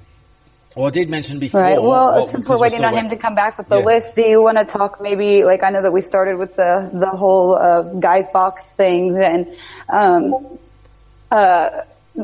we said we were going to burn the mask at the 5th of, Million Mask March, but give some enlightenment, like on the 5th of November, the history of that and how that intertwines. Because I bet you a lot of people don't even realize where that's come from. And I can say that because just until probably like a year and a half or so ago, like, I didn't know where it came from until I researched it. Hang on a sec. Hang on a sec. Right, I think it's going to help a lot of the new people out there. I know my son watches the show because I invite him, and he pops on and he'll watch for a while. I might cut out in a little bit for a second. Hang on, I'm just uploading something for someone. Only take me a sec. Okay. Well, while we're waiting on you to do the upload, like, I'll just like start a little bit on it, and then you can maybe broaden the information, because obviously you have like a huge plethora of information, more than me, but a little bit of history on, the whole Guy Fawkes things, and the 5th of November was, like, he was pretty much a villain, and he was known for like the gunpowder plot, which was just an attempt to blow up the House of Lords in London, and it completely failed, but he was doing this in order to try to restore the Catholic head of his state. King of Epic Fail, right. So I'm going to let you go ahead and take over since you're back. Sounds like Jay is too, but. Well, there's probably a couple of things I should just finish up. I was just getting a shake, alright? So I was just making myself a shake. So I'd just like to say something just to finish up on the good. Fox thing. Yes, please. So me, the first generation and the second generation, we have like a bitterness regarding the Guy Fawkes mask, and there's reasons for that, and the symbolism behind it. But regardless of that, the Guy Fawkes mask does have a use, and it can mean something different to different people. And it still does have a use. And I've got a whole big collection of Guy Fawkes masks. And it wasn't all the way until the start of 2013 that I even got a Guy Fawkes mask. I always went without one. but I've got a whole ton of them since, and I do use them at times. Like I've got a gold one right in front of me. I'm holding it in my hand right now. But if you look at my pictures, I actually use this. I prefer to use something like my skull face mask. You know, the animated fire skull face mask that I use. That's actually a picture of me. But when it comes to putting a face to Anonymous, given the choice, and I made a choice, I chose the face of Dr. Manhattan. And if you watch the Watchmen and understand the symbolism and everything of Dr. Manhattan, you think about it enough, you'll understand the position of Dr. Manhattan and my position are quite in parallel. And it's something worthy of respect. It means something. I just wanted to finish off with that with the Guy Fawkes thing. So, Jay, did you want to bring up the next topic? When I was getting a milkshake, so my mic was muted, so I'm not sure what I missed. We just talked about a whole bunch of stuff. We didn't even talk about the Guy Fawkes mask more until you came back. We were just talking about a variety. Right, we were just trying to stay sort of on subject. We were waiting for you to get back from your shake making so that you could address the next topic on the list of things to cover. If you want to talk, see that meme? Yes. That meme I just posted. That's an old one. Look, this is a no picture available. That's a no picture available meme, a proper one. And if you look at my actual avatar in Discord here, look at my profile picture. Did you see it? It's an empty, invisible picture. It's completely see-through. It's a 100% transparent. Would you do that? I made it with. I did a little trick. What I did is I make a PNG and I make it like a relative. Send me the PNG. Can I download it. I just click the invisible space on that, and it'll be invisible. Right click it and save image as. It's invisible, but you right click and save as. So. And I can use that then on Facebook as well, yeah? Yeah, you can use it. So what I did is, I did that in my Swishmax Flash program that I make a lot of my graphics and games and stuff in. So what I did is I made a PNG and a transparent background PNG file. And like, I think it was like 800 by 800 pixels. Just, you need a decent big enough size. And what you do is you just do one tiny pixel, size of one pixel in the corner. And then you make it 1% transparency so that it's so faint that you can't see it anyway. But you need at least 1% transparency of at least 1 pixel so that you'll have a transparency to contrast an actual content, because you can't do a 100% transparent image. So a 1%, a 1 pixel actual image within a 800 by 800 screen, and save that and export it. And what'll happen is, even if you have that in the full size resolution, you still won't see this pixel. But if you use it as a profile picture or something, it gets thumbnailed. And that 1 pixel will, the way graphics are compressed with sizes, that pixel will disappear anyway. The invisible pixel, almost invisible pixel, will disappear anyway when it's translated into a thumbnail. Now, what topic do you want to Well, while we're talking about this, it doesn't really relate to anything other than, can you set your avatar on the form that we're using right now from your cell phone? Because I was trying to do that last night, and I'm just, retarded, I guess, and could not figure it out. I can use another. I've got a mobile phone in my hand right now. I'll log into another account on Discord. I think I've got it. I get banned on Discord all the time, so I've got. Because I went to appearance and all that kind of stuff and settings, and I was not seeing an option, so I was I'll have a look right now. I've managed to log how much I don't account. Care about my lack of techie skills. I'm asking this live on the air. My account.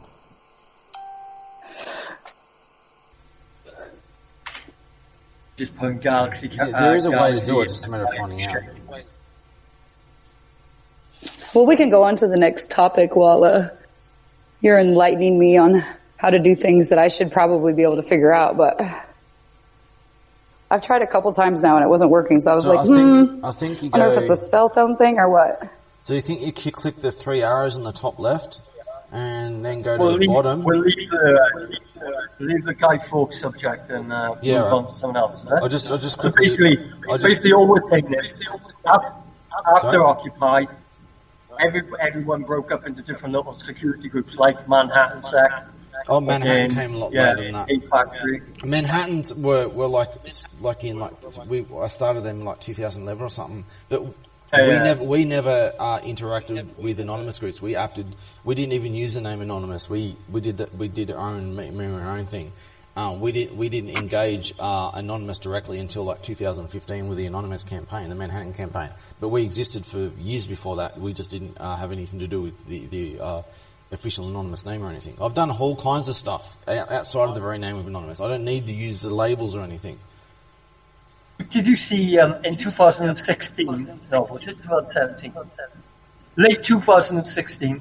Did you see Sammy's troll of Nelka? You know Nelka from... And I have a reason why. Because on November 30th, 2016, that was when I got imprisoned, when I got ambushed outside of the courtroom. Well, you're lucky, because I've got video clip.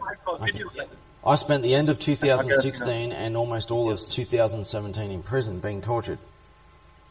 So Sarah, I just wanted to show you just quickly the Discord. So you go into Discord on your phone, and on the top left, you see the 3 arrows. Click that, and then the bottom you'll see a gear icon. Click the gear icon, and then you'll see then it'll go to my account. Click my account, and you should have. Yeah, I found it now. Okay. Can you play that for me, Che? It's only a few minutes, but it's really good. Is Sammy Troll when you were in jail? Yeah. The Hate Factory called down on HQ. Oh, really? See, there's things that happened. There's things that happened in a whole year that I don't know what happened. Yeah, exactly. So if you play this clip, right, I'll play it right now. Listen, and you can watch it. Okay. But basically, they trolled the Hump Humanity Party, which was an LK, right? That's an LK, isn't it? A what? It's a what?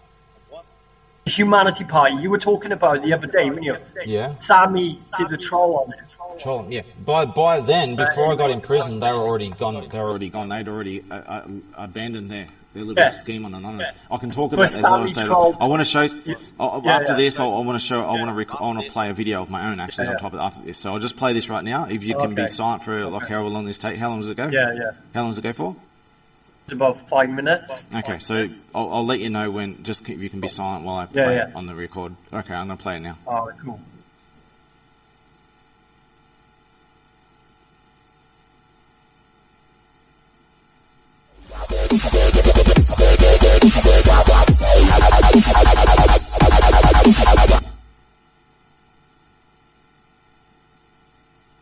So he got all the Anons voting when Anons do not vote lulz. That's what it says. Hump Humanity Party troll revealed. Trying to reach out to the people who want change the most, and that is Anons. We are the ones who see it the most, Anons. Anons are most conscious of the corruption and of the evils of the government and the things that need to be changed. And they're the most likely people to, there's so many Anons who refuse to take part in this political system, and because they're sick of the two-party system, they're tired of the corruption. So we are trying to give them an option, just like Barack Obama was elected because he motivated so many voters who were disenfranchised and who felt like they didn't have a reason to go out and vote. We're reaching out to those disenfranchised people who have never felt like they had a reason to go out and vote. We're going to give them a candidate they can believe in. Fair enough. Yes, thank you. You answered it pretty good. Yeah, that's a good point. Valid point. Now, if there's no other questions, there's one very important thing I would like to touch on. Go ahead.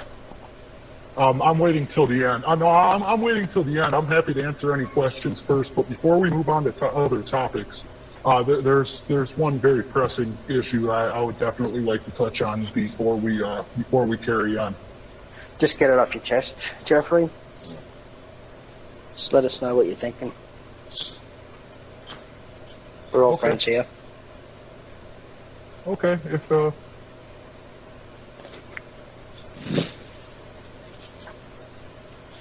How the fuck did this get so awkward so fast? Hey, Sammy. So,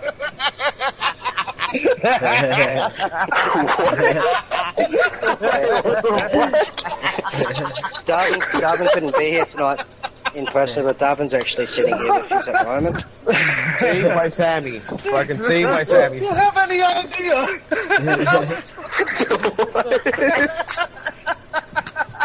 What the fuck? So yeah, you saw it here first, Sammy, a threat of the Anonymous Humanity Party. You got trolled! Your future. We're here to make a change. The Hate Factory trolled you all again. I'm going to stop this up. I can see what is going on. Look, this is just a waste of time. So all it is just a troll pretending to be the Humanity Party. That's all it is. Sammy was trolled. Yeah, he trolled. Yeah, that was a big waste of time, dude. No, but he was taking the piss out of Anon HQ. Yeah, so he was pretending to do an interview with Anon HQ as the Humanity Party, and Dude, he was so showed himself on video. He showed himself on video and started. No, he did more than that, bro. You were in jail. No, bro, I only showed the clip. He did more than that. He got Anons roped in for him. Well, I just right now, like thousands of Anons were like listening and thinking that he was this Jeffrey Fitzpatrick guy and he was going to save Anonymous. He was trolling fucking Anon HQ. He was doing a good thing. And he was showing that a lot of Anons were fake.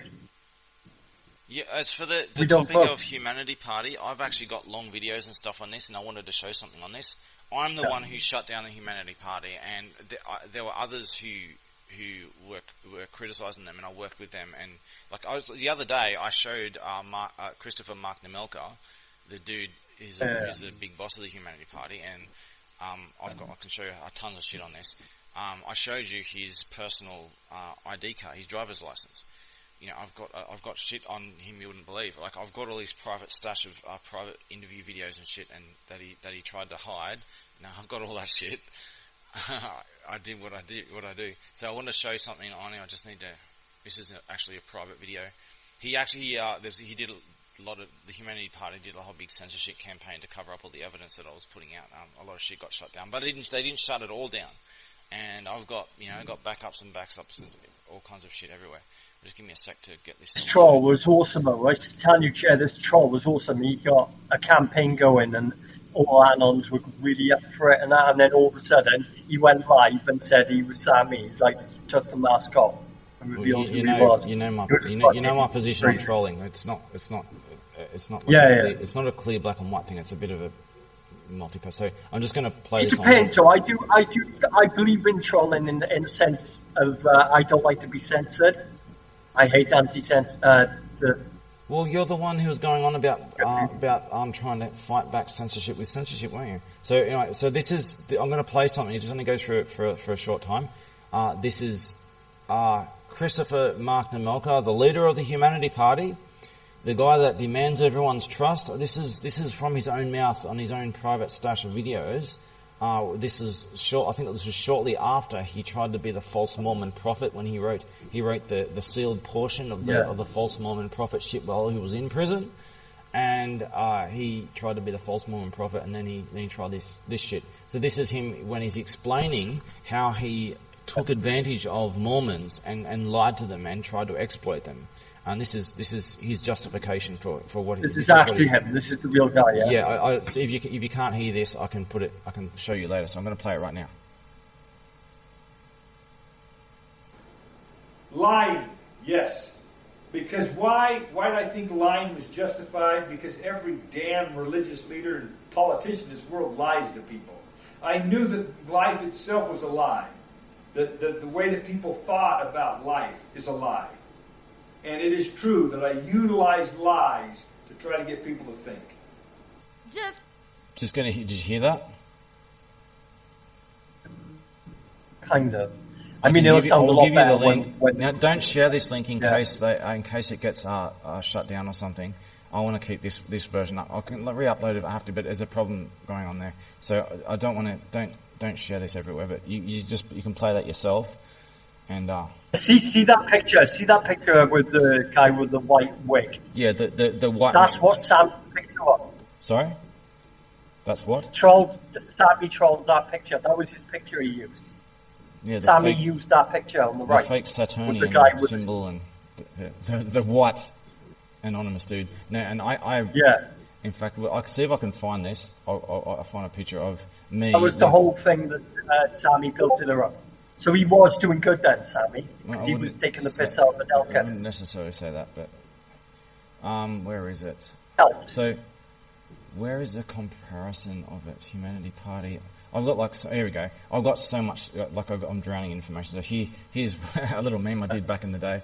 The one on the left's me, and that's versus the founder versus another self-proclaimed leader. Like here's the Humanity Party. Some memes I did. The Worldwide United Foundation reinvented themselves as the Humanity Party. Here's another meme that I did back in the day.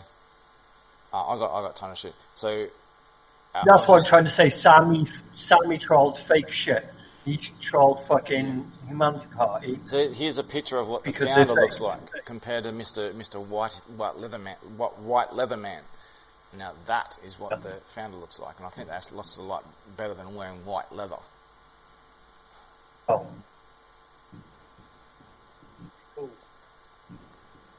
Ginger, how did you do all the lighting? Sorry? How did you do all the lighting with the anonymous on his stomach? And so what I'll explain what it is. They're neon lights. So what I built my own superhero outfit with it. Now it's not the only one I've done. So what I did is I've got a black bodysuit. Like you can wear a green bodysuit or a red suit, just complete bodysuit from head to toe, with the head removed. Oh, okay. And I've got with not actually the head's on, with a mask over the top of it, and I've got neon lights that I've threaded through the outfit in patterns and stuff, and with the anonymous symbol you see on my chest, like an Iron Man kind of symbol, only bigger. Is what I've done is I've printed out the anonymous symbol on a big sheet of paper. And I've laminated it, then I've cut it a circle around the lamination, I've put a backing on it, and I've threaded neon lights through the anonymous symbol and the lines of the anonymous symbol, as you can see. And there's a line going down straight down on the bottom of it, and all these lights hook up underneath to a battery box that you can't see. It's hooked up to my waist. I've got legs as well. My legs are red, my arms are green, and my chest is my torso is blue. So it's red, blue, and green. And when that's in the dark, it shines so brightly. And I can make this shit flash like flashlights and stuff in sequences and stuff, and it'll like send you into a seizure, man.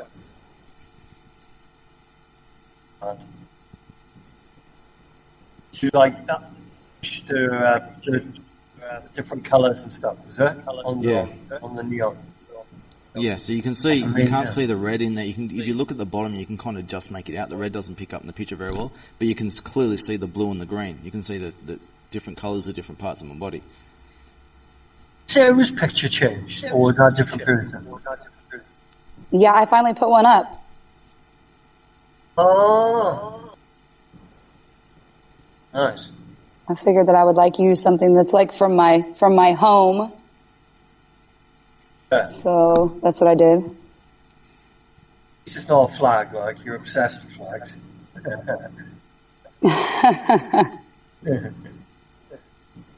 What's the link that you were saying not to, never mind, I see it.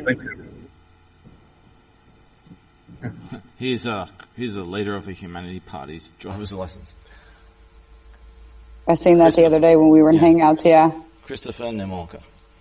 And there's a lot I haven't even said on the matter. But I do have a video of my original refutation of the Humanity Party. And I went to like a half an hour go through of their own so-called solutions to all the world's problems. As you guys know, I actually have answers to things because I know my shit. They don't. I know their ideology. I know everything. I know more about them than they know themselves. So I went through their ideology and the Trojan horse lies it's based on. This is actually tied to that Venus ice, Jack Fresco. They got millions of likes. Anon HQ have got massive YouTube channels. Yeah, but do they have any real? They got all these fake clickbait shit, but do they have any real supporters? I'll show you. I'll compare you something. Who actually will share any of Anon HQ stuff? is just, except for there's like half a dozen people who work for Anon HQ who do clickbait links and shit like that. Outside of them, no one shares their shit, right? No one. Mr. Gold are the campaign against them all on his own. Yes, Mr. Gold, one of my Manhattans, yeah, Stephen.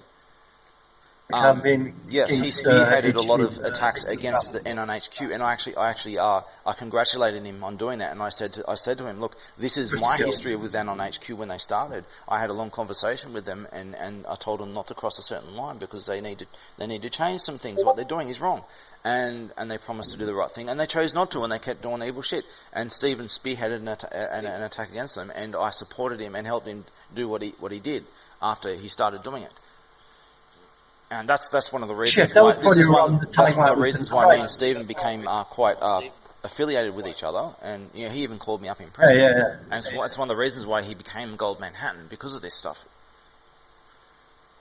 Hey, were you in Anon official chat with me in fucking 2013?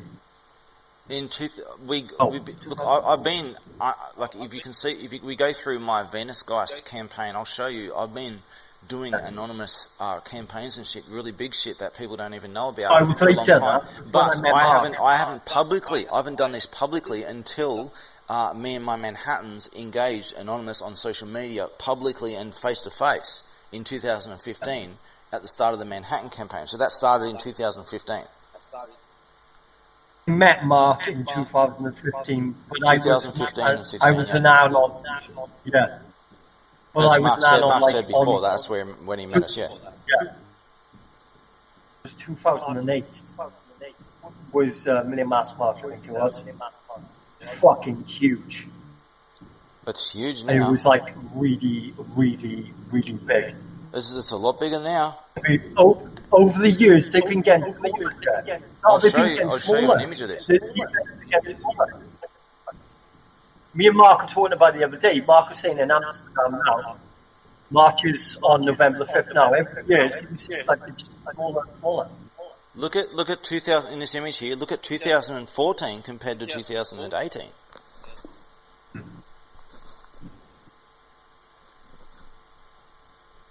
There might be more marches, but less people that go into them. Mate, it's hard to say, but there's definitely more locations. Yeah. London used to be huge. Yeah, a lot of people have been arrested and all kinds of shit's happen. Yeah. So people are more splitting up into different places. Sorry? They used to fucking torch police cars and stuff. It was just out of hand. In London that was what happened. Yeah, I'm quite well aware because things got quite literally fiery in London a number of times. No one could control us. Yeah. It wasn't the case so much in other places though. No, London, a Million Mass March is like renowned worldwide. Yeah. I just want to say we've been going for 1 hour and 48 minutes. And you want to go to the next topic because we spent a lot of time on it. We could still, there's a lot more we could say, but you wanted to go to the next topic. Which was Illuminati, old Illuminati, Adam Weishaupt and the Bloodlines. Bloodlines. So the bloodlines was a key word that I wanted you to remind me. Yes, bloodlines. Bloodlines. Okay. So the Illuminati, the real Illuminati, the Illuminati today, they're just fake imposters, just pretending to be they've got nothing to do with the original Illuminati. These are just con artists. That's all they are, con artists. They got no power. They got nothing. They're just trying to sell you shit and intimidate people with power they don't wield. They got nothing to do with the Illuminati. They're just fakes. But the original Illuminati, they were not for Jews. They're not trying to help Jews. They were against Jews. They were trying to stop the world. They were trying to fight against these Jewish schemers. They weren't for them. So there's been some big misunderstanding. We dealt that history on Adam that you found out the other day. It was really good. I'm not sure precisely what you mean. Adam Weishaupt, and you were going to read it out. Yeah, I went and got you some links and I read some things. I'm not sure which, because I got tons of information that you're referring to. I need more specifics. He said he was the founder on the day of High Witches and that, remember? About what? Founder of what? You're fading in now. I can't understand what you're saying. Adam Weishaupt, we found out that he was the founder, like it backed up that he was the founder of the Illuminati, Illuminati. Everyone knows that he's the founder of the Illuminati. Anyone who does 5 minutes research knows that. I know, but you found that piece. I'm just saying it'd be nice to read out to the viewers, that's all. But why would I go and Google something that everyone already knows? I'm not sure what you mean. Going over some of these... And then you could just say a little bit of history on Adam Weishaupt that we were talking about last night. I'll just write something about how is that the train stuff.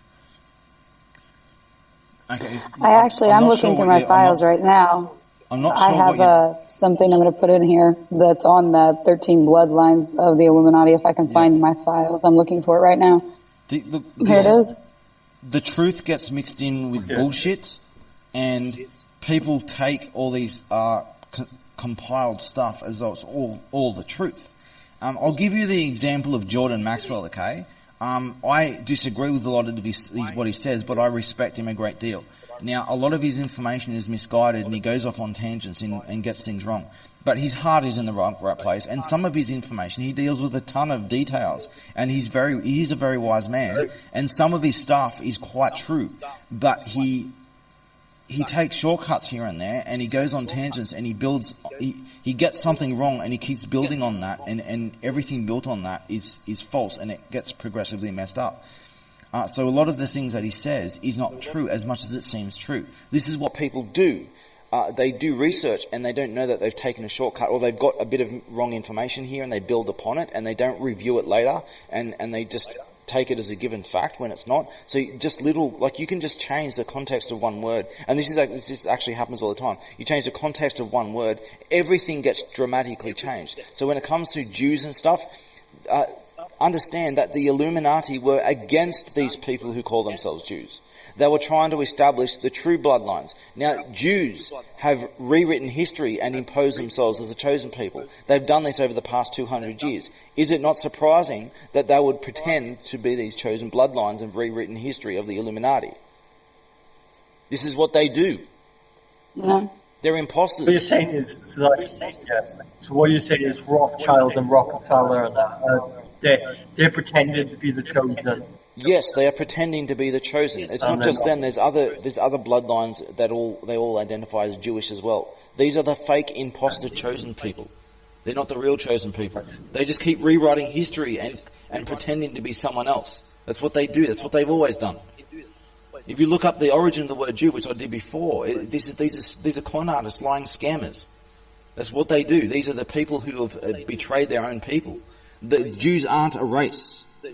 These people are not a bloodline. These are generally the most impure bloodlines of all. They're not pure bloodlines. These are against evolution. They are against heritage. They're bastard children. Basically got the fucking government on fucking puppet strings, haven't they?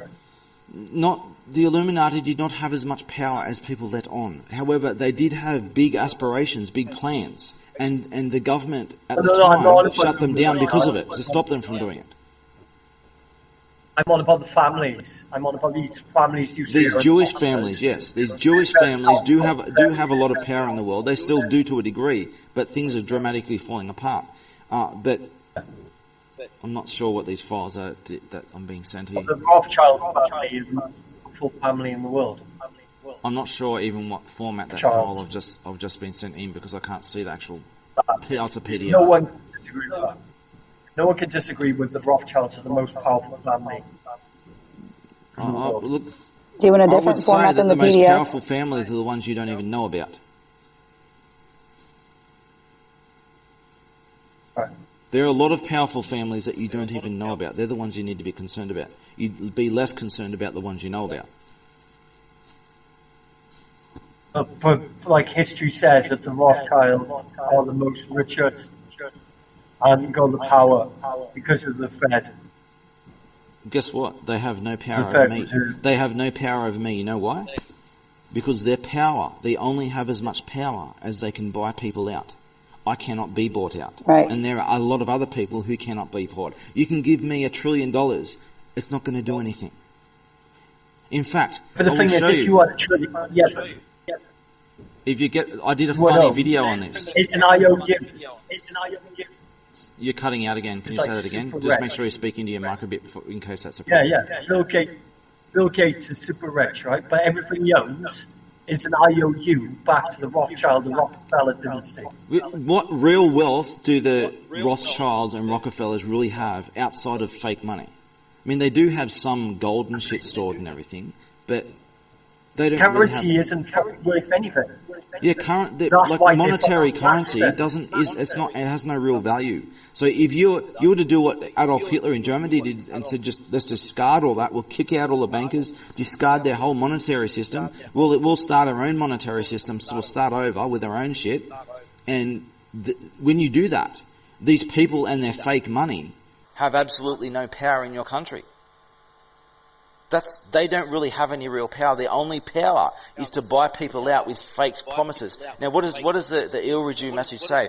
Beware the bearers of false promises, false gifts and broken promises.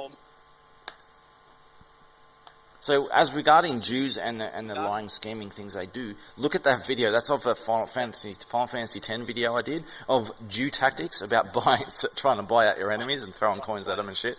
It's actually quite funny. If you've ever played Final Fantasy X and you know that scene, and this is someone just disconnected. This is like the Jew version, how to fight like a Jew in the Kamari battle. Quite funny. Just to anyone who knows the game, who's listening. Basically, I've got all these cheats on. Coming is soon, we hope. I don't know what that means. So this is like fight like a Jew in the Kamari battle against the other two Ronso. So what we do, we got cheats on, we got infinite gil and shit like that. So what we do is we all like it stuck at level 1. We're completely unleveled up. We've got no experience point, nothing like that. But we've got like unlimited cash. So what we do is we try and bribe them with $1 billion. And they can't be bribed. Okay, so that doesn't work. So we'll just throw money. We'll literally throw guilt. We'll throw money out, throw $100,000 at them and kill them in one hit. So coming in soon, we hope. I'm not sure who's coming in soon, he's saying. At Chewy, he's coming soon, hopefully. Sorry for okay. Sorry? In the early 90s with Alex Jones broke open Bohemian Grove. That's pretty good. That's a pretty good topic. The thing is, when it comes to Bohemian Grove and these kind of secret societies with governments and stuff, it's not all satanic, and even though most of it's still messed up, whether it's satanic or not, understand that there's traditions that people do, and if you don't know what's going on, it might not seem what it looks like on just seeing it from a distance. It's not what you think. So with Alex Jones somehow being snuck into this little meeting, don't you think that he was set up to do this? He was a bloody pawn. Yeah. What would you think? Why would they let Alex Jones, of all people, see in the distance? They would let him in to secretly see in the distance of what's going on. Is this like the most obvious setup of all time? I can hear myself an echo. Yeah. They basically get into cloaks and then they fucking worship a fucking owl, don't they? No, this was a deliberate setup. So this was deliberately to bait Alex Jones and conspiracy theory people into being scared of the US government and secret organizations, just to set people off on a wild goose chase and scare them. As like, if anything, you could call it a troll. I seen him live interviewing one of the guys. That he says to one of the politicians. Yeah. He said, "Oh, I'm Alex Jones. I broke Bohemian Grove," and the politician gets really fucking angry with him. Yes, for a reason, because these are secret society stuff, and it doesn't necessarily mean they're evil or satanic. He said He said, "Alex, you weren't invited. You shouldn't be talking about." Well, he was invited. On this video. He didn't just sneak in. You think it's like imagine if I just snuck into the White House and I hid behind the president's chair and I recorded him right behind him. That's ridiculous. Yeah, but this politician was acting like he had snuck in, and he was saying, "I don't respect you for what you've done. Disgusting. It's secret. It's meant to be kept secret," and he was going nuts. Look, I'll give you another example of this with Anonymous. When the HB Gary thing it was, the dude, I can't remember his name, he's all full of ego and he's talking shit and he reckons he's infiltrated Anonymous and he's going to release all the Anonymous names. Well, they said, no, that we're not happy with what you're doing there, we're going to shut you down. So people shut him down, and for threatening to dox everyone, right? This is like threatening a dox. Yeah. So any group, any secret group, good or evil, is going to be pissed off at you doing something like that. Well, I'm in two minds. I used to like Alex Jones until he started doing InfoWars. Well, Alex Jones, I'll tell you something about Alex Jones. So Alex Jones, up until about 2006 to 2008, when shit went down with me regarding this, Alex Jones was not famous. He was very well known, but he wasn't famous. He was infamous. He was a mockery. Everyone made fun of him. The only people who took his shit seriously were batshit crazy conspiracy theorists. Nonsense. Right? Nutcases. Everyone else laughed at Alex Jones. He was quite well known, and people used to laugh at him just getting angry and going crazy. So he was a laughing stock. Up until the Venus guy shit went down, and he used my work to get himself to gain legitimate fame, because that was the first time he hit a real bullseye, and he was hit the mark, and he warned everyone of something really serious and evil, and he was right about it. And with the stuff so what happened? This has all been scrubbed off the internet now, but he had a big fight with Peter Joseph Marola, and that's like the Alex Jones version of Chanology. What Chanology did to Anonymous, the Venus guys, that showdown with Alex Jones and Peter Joseph Marola, that's what rose Alex Jones to legitimacy. And after that, he started getting more legitimate. He's still a lot of bullshit in what he says, but there's a lot more truth. Now, he used to start, it was all bullshit in the old days. But when that happened, he started doing legit shit. And he used I wish the video was still up, because he actually refers to me and Zeus, who exposed this whole Venus guy shit. Zeus blew the whistle too early, and I had to, when I had set everything up, but Alex Jones used the work of me and Zeus and he rose to fame, from infamy to fame over it. That's a long topic. As I said, the Venus guy stuff is something to talk about. It's a long topic in itself. But we didn't write that in the list that you wanted to do, so we can do that another time. It's like... So you don't think he's... Sorry? Yeah, you don't think Bohemian Grove was real then? You think it was... No, I'm not saying it's not real. I'm saying it's not what it's being portrayed to be, and Alex Jones was being trolled. All right. Look, it's fucking obvious. He was a big giant troll. It was like Q it's like an old style Q troll. Q from Star Trek troll. The ultimate troll. You just got trolled then, Jay. You went angry. You got really aggressive. No, I'm always angry. That's just it. I'm always angry. You can't make me angry because I'm always angry. Oh God. The word I did tell you right, I'm untrollable, and when you try to troll me, you'll get butthurt, and you only have yourself to blame. You can't make me angry. I'm always angry. I'm like the Hulk. With child sacrifice. Did you know that? Yes? You heard about Moloch? A lot about child sacrifice, yes. Yeah, Moloch. I said it's the biblical name of a Canaanite god. Yeah. Hi guys. Hey Matt, did you look at those shrine stuff yet? The 2 videos? I did. And very interesting. Yeah, so on that topic, do you understand what I'm talking about, how the dangers of the manipulation through emotions and stuff? Emotional thinking versus reason thinking. This is like animalistic. I got it. The emotional brain takes over the reptilian part, and the reptilian part associates with emotions. If they trigger one another, I got it. Yeah. These are I call them both the primal brain, the automatic. It's barely even conscious, and it's animalistic. This is what separates humans from animal kingdom. Humans have a massive neocortex. Animals have a tiny one, and this is what separates humans from the animal kingdom. Like a stupid cow that people make fun of. Even bulls, people make fun of bulls, and they do the red thingy. Because it's a mockery of their stupidity. The red thingy? This giant bull, if it was smarter than it is, it could easily take out 10 people. But it's so stupid, it's easily fooled. Going off topic, though, guys. We're talking. Yeah, Matt. We were talking about like the bloodlines and Adam Whitestaff. Do you want to give a little info on Adam? I'm not very versatile, nor am I very knowledgeable about Adam.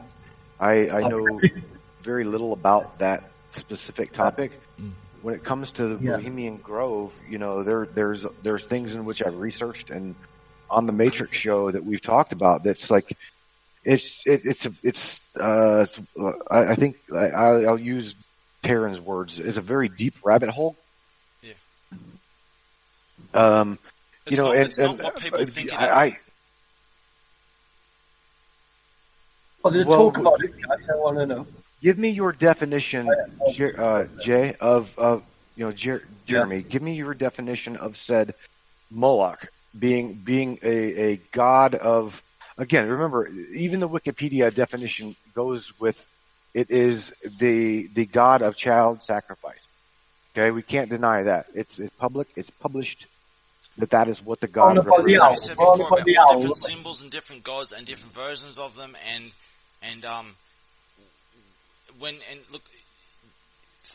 when someone even takes a camera footage of a distance, you don't even know who's there and who's saying what at the very best of times. Oh, right. Things are not what they seem to be. But what I will say is that politicians are generally involved in a lot of secret society evil shit. Yes. Not always, but they often are. Celebrities are having OTO tattooed on them. Yes, celebrities get involved in this shit too. And what it generally is the worship of power. Bro. Yeah, Justin Bieber has got an owl on his arm. Justin Bieber has got the owl on his arm because he is part of the Illuminati.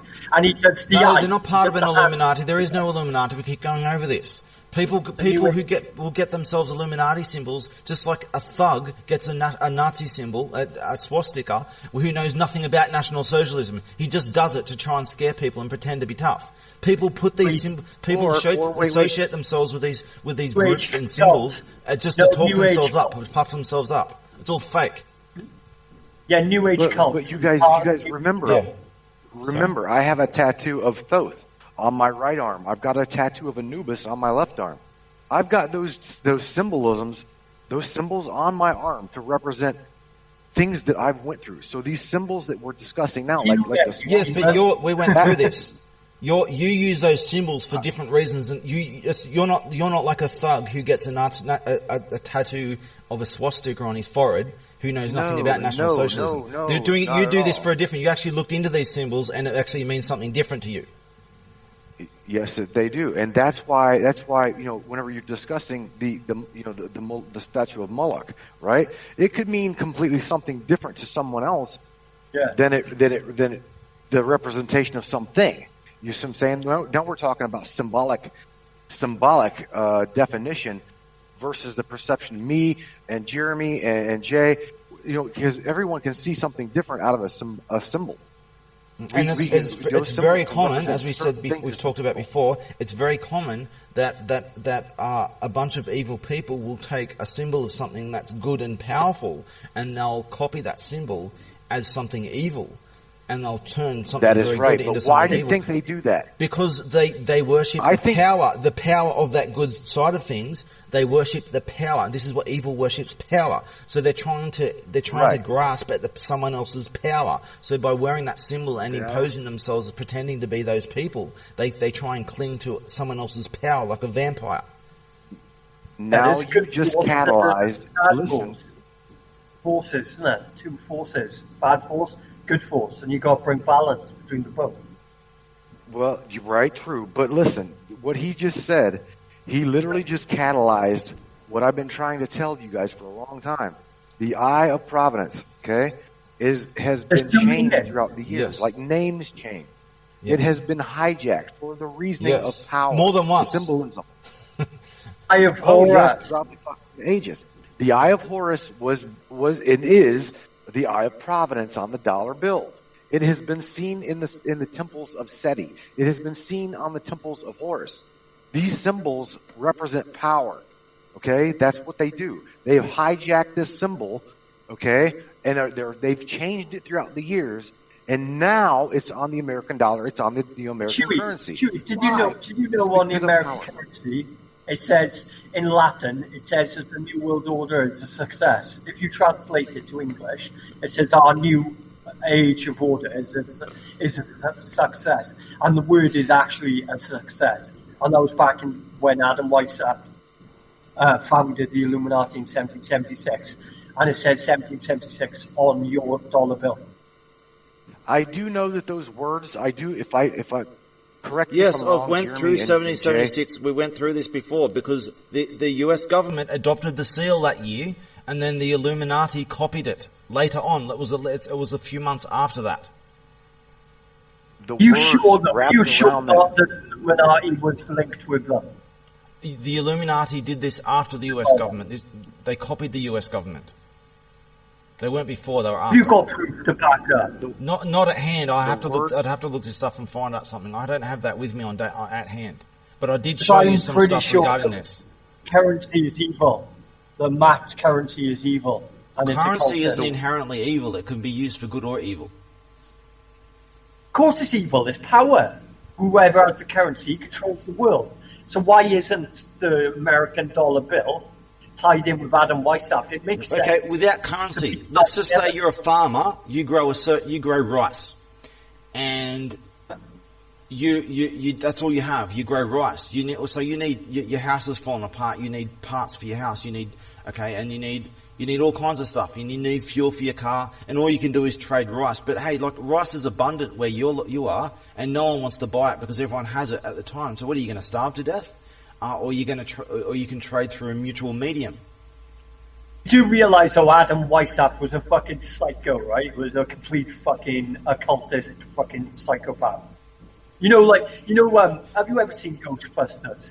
You know when they have I don't think anyone today has enough information to go on to judge by Adam Weishaupt, because this is all a lot of second-hand information.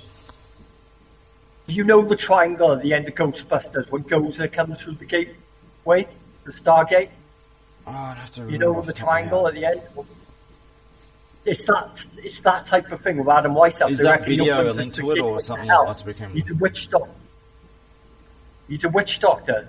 Chewy, you must have. You guys are talking above my head. I don't know. I'm not going to talk on something like that. I don't have a clear understanding about. I don't know too much about Adam Weishaupt. He found it. I know a bit about it. He found it. Someone's echoing. Just move your mic away from your speaker if someone's got it close. Basically, he founded the Illuminati, as we found out the other day, in 1776. And it was on the day of High Witches, and he was like some sort of witch doctor who, and the Illuminati was like a secret society. So what's a new age? Secret societies are not inherently good or evil. They can be either. But he mixed Freemasonry, which was good, and he mixed it with occultism. Yeah, look, as I've went through this with Matt, like Matt's into occultism stuff and himself. It's generally, today at least, it's heavily leans towards a lot of evil shit, but it's not universally. All it means is basically hidden knowledge and stuff, okay? So people who worship power, evil people who worship power, are drawn to occultism. But you can be drawn to occultism for other reasons. For example, just legitimate research, the pursuit of knowledge. That will draw you to occultism too. So you could be really good or real evil or somewhere in between, and you can pursue occultism for your own reasons. Generally, it is associated with evil, but it's not universally. It could be good reasons for doing it. It's not inherently good or evil. Right? Well, the myth is, right, a ritual took place in 1776, and fucking Adam Weishaupt opened up some sort of gateway, brought in some demon hybrid fucking alien shit, and then he fucking possessed the 12 bloodlines. And you believe that shit? If we insert unicorns, leprechauns, and reptilian shapeshifters, are you going to believe it less? No, I'm not saying that. I'm just saying that is the story that happened. There was a ritual, and the bloodlines got chosen, and their bodies carry fucking evil. And you don't see anything wrong with that story, dude. Like, seriously, my story is bizarre as hell, but it makes coherent sense and it has evidence. This is just complete crazy shit, man. Oh, no. Well, no, really. I've heard about... Can I interject for a minute about... Yeah, wait a minute, Matt. I've heard about witches conjuring up fucking demons and shit. Why couldn't fucking White's that? He was a warlock. I've heard of leprechauns riding unicorns. It doesn't mean it's real. It's worth even considering. It's such a low possibility that it's not worth investigating. He was into black magic. He could conjure shit up. If you believe in the existence of black magic, go get me any wizard right now to strike me in the head with lightning right now. Find a single wizard in the entire world. Because it seems to me that I seem to be the one supported by divine interventions. I've got a long history of being supported by some external divine intervention that endorses me. And I don't even claim such power. So any evil voodoo black magic monster wants to strike me down right now, I challenge it. If you can strike me down, you can take my entire bank account. I don't want it because the creditors are probably coming after your ass. Look, that's in my story. All the debt collectors and shit for the bills. I don't even know. Why do you think I said that? Yes, that's why I take it as a joke. Okay, listen. Wait a minute. What do you mean the creditors are going after Jeremy? What do you mean, man? What about what? Matt said the creditors are going after you. I didn't understand what he meant. Well, you need to. You still haven't. I'm sorry about this buzzing. It's my wire. I can't. It does it all by itself. It'll come and go. It's by your story, yeah. It's in my story. I keep telling you, listen to my 11-hour story. If you can't watch more than a half an hour at a time, just watch it as much as you can. It's in little videos. Just watch it in pieces. But you still haven't watched it. It's all explained in my video as me and Matt and others explain. Sorry. I watched loads, man. I watched all the important stuff as you were growing up. No, you don't. You haven't watched the important stuff yet. Trust me. That's only the tip of the iceberg, bro. You have to watch the whole thing. That literally is all you see is just a small piece of the ice, but what's underneath of the surface of that ocean is massive. Yes, and you need to watch it without skipping. You need to watch it from start to finish to understand the framework of the story. All right, I'm going to watch it all again then. Start over, and watch it in a sequence without skipping. Watch as many videos as you can in one sitting. Remember where you stopped, and then when you're ready again, start again when you stop, and do it in order. Tell you what, I'm going to have a Jeremy Dick Sunday. I'm going to watch. You know what we could do? You could make a watch party thing on Facebook or something. Bro, let me tell you what. I got engulfed. Literally, I got engulfed after like maybe video number 6. And I spent a Jeremy marathon and watched the whole goddamn series in the matter of 2 days. I'm not. You spent all night watching it, didn't you? Through it. Oh yeah, dude. I mean, I stayed up with you, and I watched it with you. That I want to see it again. Yes, you did. You helped me through it, parts of it. But let me again. I still want to say what I want to say, and that is, ideology and let's just say ideology and theology. Theology, theogen, meaning you're going to theoretically generate a God within something. You're going to give it power of something. So anything can be taken out of context of what it was literally designed for or made for. Currency, for an example, is a really good example. Made it and they use it as trade. This is the trade. It is. We understand that it's a note, okay? And it's very clear. It says federal currency note. This is just a note, meaning it is borrowed against. Hang on. It's $10. All I'm saying is, like Jeremy's saying, like a piece of rice. If you've got a massive amount of rice and you use it as currency, it could either at that point become powerful. Okay, it literally does become powerful.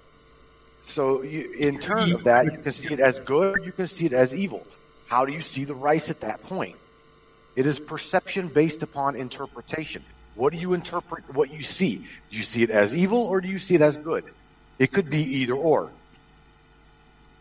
It has 2 faces. It has 2 faces. Very good. That's what a person is. Okay, a person is the definition of person is a mask. Okay, that is, you are a mask. That is what you are. You put upon faces one face to somebody and then another mask or another face to somebody else. This is the determining factor of your personality.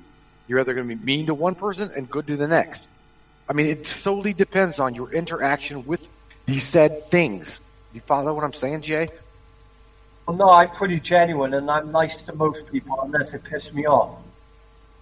I get it. I totally get it. But now listen to what I'm telling you that Jeremy shared with me about the brain, the human brain, your own biological, theological you. The human brain, like you know how everybody says that we've got reptilian antics that kicks in first. You know how everybody says that? The instinct. That's stuff, got to be true. The instinct stuff, right? And what happens when you throw a punch at someone? They flinch. Of course they do. And that takes over. That is an automatic reaction. And you don't. It just takes over. You're thinking of something, and all of a sudden you flinch, and your mind just stops. It just glitches because your instincts take over. Your primal mind takes over. Right, and that's what happens, and that's a lot. That's right now, exactly. I think that's why you shared that shit with me, Jeremy. Yes, because you're arguing from emotions over reason, and this is the very chains that trick and trap mankind, is to argue from emotion and put emotions as though they are a reasoning tool, like they are the dominance of reason must always rule your mind. I'm not saying that emotions and instinct don't have a place, but they must not rule. And it's important not to identify love as an emotion, because love is not an emotion, it's a value. Emotions are just training wheels to guide you into altruism. They're just training wheels. I'll tell you what, towards the later stages of evolution, emotions are not even necessary.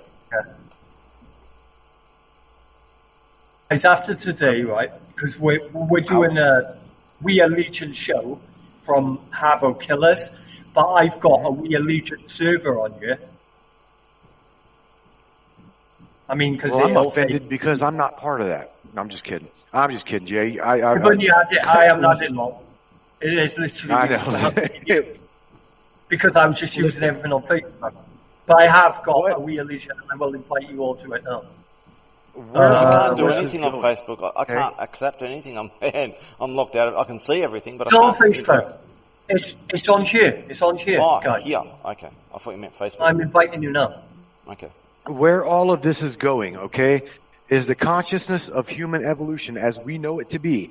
We who are thinking rationally and thinking logically need to put away these emotional responses, because that is the shit that is dividing humanity right now. That's exactly what I was trying to say. I completely get it. So what I'm saying is don't completely cast aside emotions and instincts. They have a place, and it can easily go wrong, and it takes over. And reason must also always rule your mind. I'm not saying that put emotions, just abandon emotions and instinct and stuff like that. They do have a place. Keep them in their place. Don't abandon them. Don't throw the baby out with the bathwater. Make sure that they're in their rightful place, in the right balance of things. Can you get in there? To really say that? Sorry? Can you get in there so I know that you're in there? Can you where? join? I just sent you invites. We Are Legion. I just sent you invites to the. Oh yeah, okay. There we go. I just joined. Don't throw the baby out with the bathwater. That is so old. Matthew. Yes, sir. Matthew. Yeah, buddy. Join. Bud, what's up?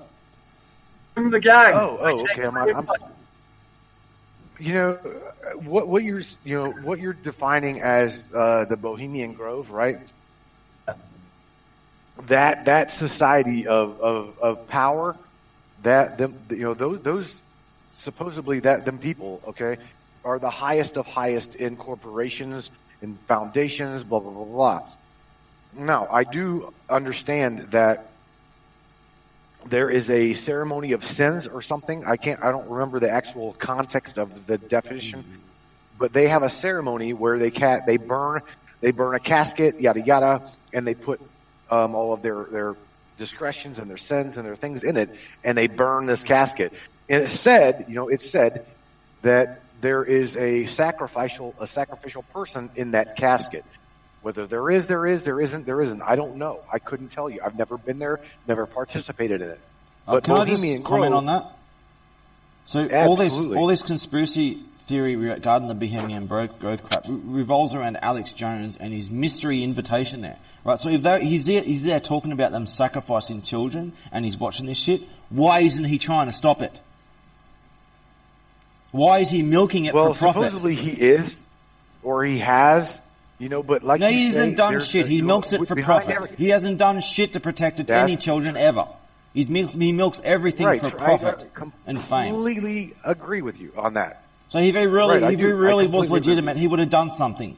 He would have stepped in and done something. Oh, without a doubt. And he said that he knew this in advance, so he went there. He would have went there with a gun, and he would have shot anyone doing it. He would have seen if this is true, and he would have shot anyone and saved the children.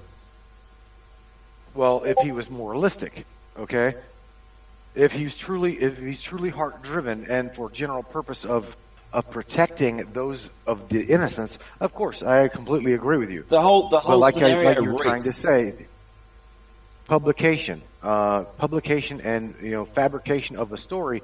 If it's a good story, I'm gonna tell you right now, it's going to fucking go viral, and that's exactly what happened. He did it for fame. I mean, I agree with that one, 100%. Next. I mean, for anyone to have any kind of solid position on the matter, a lot of more information needs to be known and verified. There's not enough information to really go on. Sorry? Crowley, you told me, this is what you got me to write down last night, yeah. Crowley, Weishaupt, and demonology.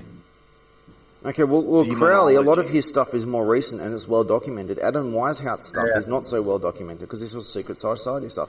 So Crowley is like a follower of Weishaupt, isn't he? I'm not sure if he's a follower of Weishaupt, but look, understand he's just like an occultist kind of person. They don't really follow anyone, but they just follow power. They don't really follow anyone. They just pretend. Let me correct you guys, okay? Please. Let me correct you, because Aleister Crowley did not know. Well, here's the thing. Aleister Crowley was a very different man. Very different. Yes. He did not follow anybody, okay? But what he did do is he researched the queen, I think it was the queen of Spain. His name was John Dee, okay? And he was you talk about ancient occultism. John Dee was the very first. And those that follow him, like Crowley and the Golden Dawn, yada, yada, yada, those people were built off the foundation of said John Dee, which was known to speak and translate what's called the Enochian language. Okay, do you follow what I'm saying? Enochian language. It is an angelic / demonic, whatever the fuck you want to call it, but it is an absolute alphabet numerical language. That's exactly what it is. They call it the angelic language or Enochian language. And that is what Aleister Crowley first got his foundation on. And I mean, whenever he went to Giza, right, and had his little ceremony in the pyramid with his wife, right, he supposedly made love in the sarcophagus of, what is it, the sarcophagus, the king's tomb, the king's chamber, right? And in that process, that translation got channeled to him, which in turn he and his wife, Rose, right, translated this channeling information into what's known as the Book of the Law. So I know a lot about Crowley, believe me. But no, I mean, he followed no one other than one person that I know of, and that is John Dee. And you guys can all research John Dee. We can all admit that Crowley was quite an evil fucker, though, wasn't he? I won't say he that. Was evil, but he was like bluffing. He was like all bluff. Aleister Crowley, bro. Let me tell you what I discern Aleister Crowley as a very intelligent, he was a very emotionally driven, fucked up person. Yes. Okay. That's a very good way to put emotions. it. Yeah. He was yeah. You want to talk about insane? Jeremy's not insane, bro. Jeremy is about right now Jeremy. It's to my definition of Jeremy. Jeremy gets information that Jeremy doesn't even know where the fuck this information comes from. That's why Tell I'm you going to what, listen though, to him. I tell you what, Okay? Jez had flags. He's really alarmed by that voice note with that woman. He said she's very dangerous. Who's very dangerous? So is Jeremy. Jeremy's very fucking dangerous. You know why? Oh, yes, Jeremy's. I obviously have powers of many. If I was to manipulate people, I clearly know how to. I'm a puppet master. If I wanted to puppeteer people, I could do a lot of harm. But you know, bro, you're not. No, I didn't mean that. I'm obviously not doing that. But I have the means too. If I chose to, I could. I'm on about the woman. I'm on about that woman that you told me to stay away from. You said she was Helena Blavatsky. Psychopathic traits. Sorry. Remember the woman you told me to stay away from? You said that she sounds like she's a psychopath.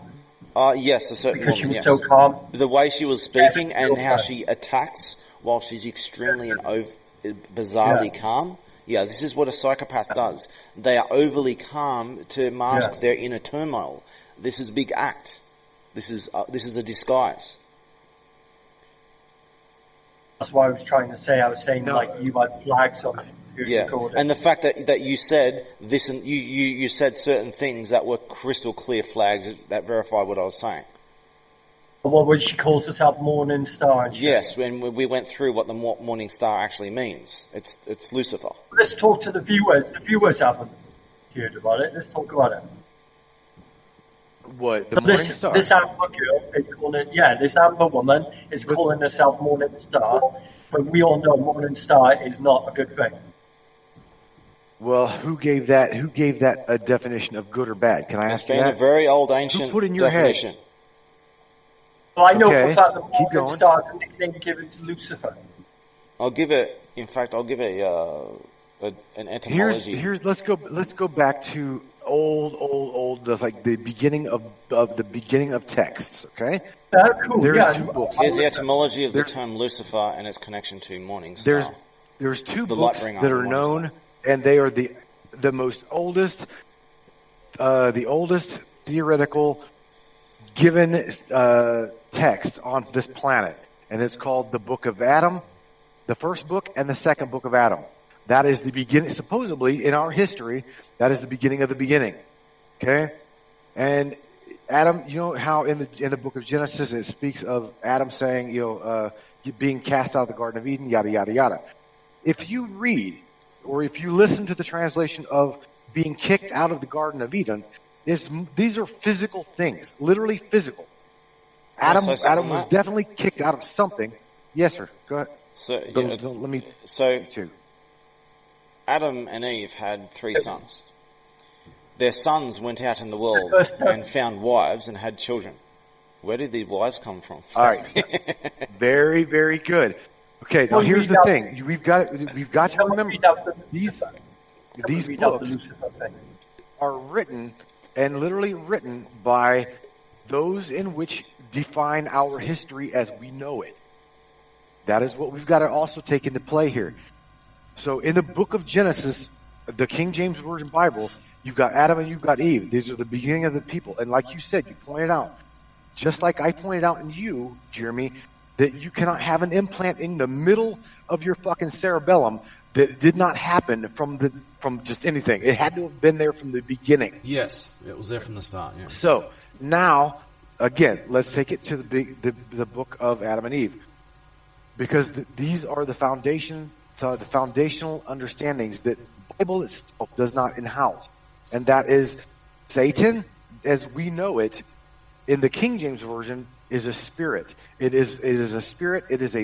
But yet in the book of Adam and Eve, it is a physical being. Adam was cast out of obviously a very high consciousness. No, he was able to see things. I wouldn't say that Satan is described as a spirit. Well, read the book, because the book of Adam and Eve says definitely, bro. The book of Adam and Eve 1 and 2 clearly says Satan cast in front of the cave in which God put Adam and Eve in, okay, to house them.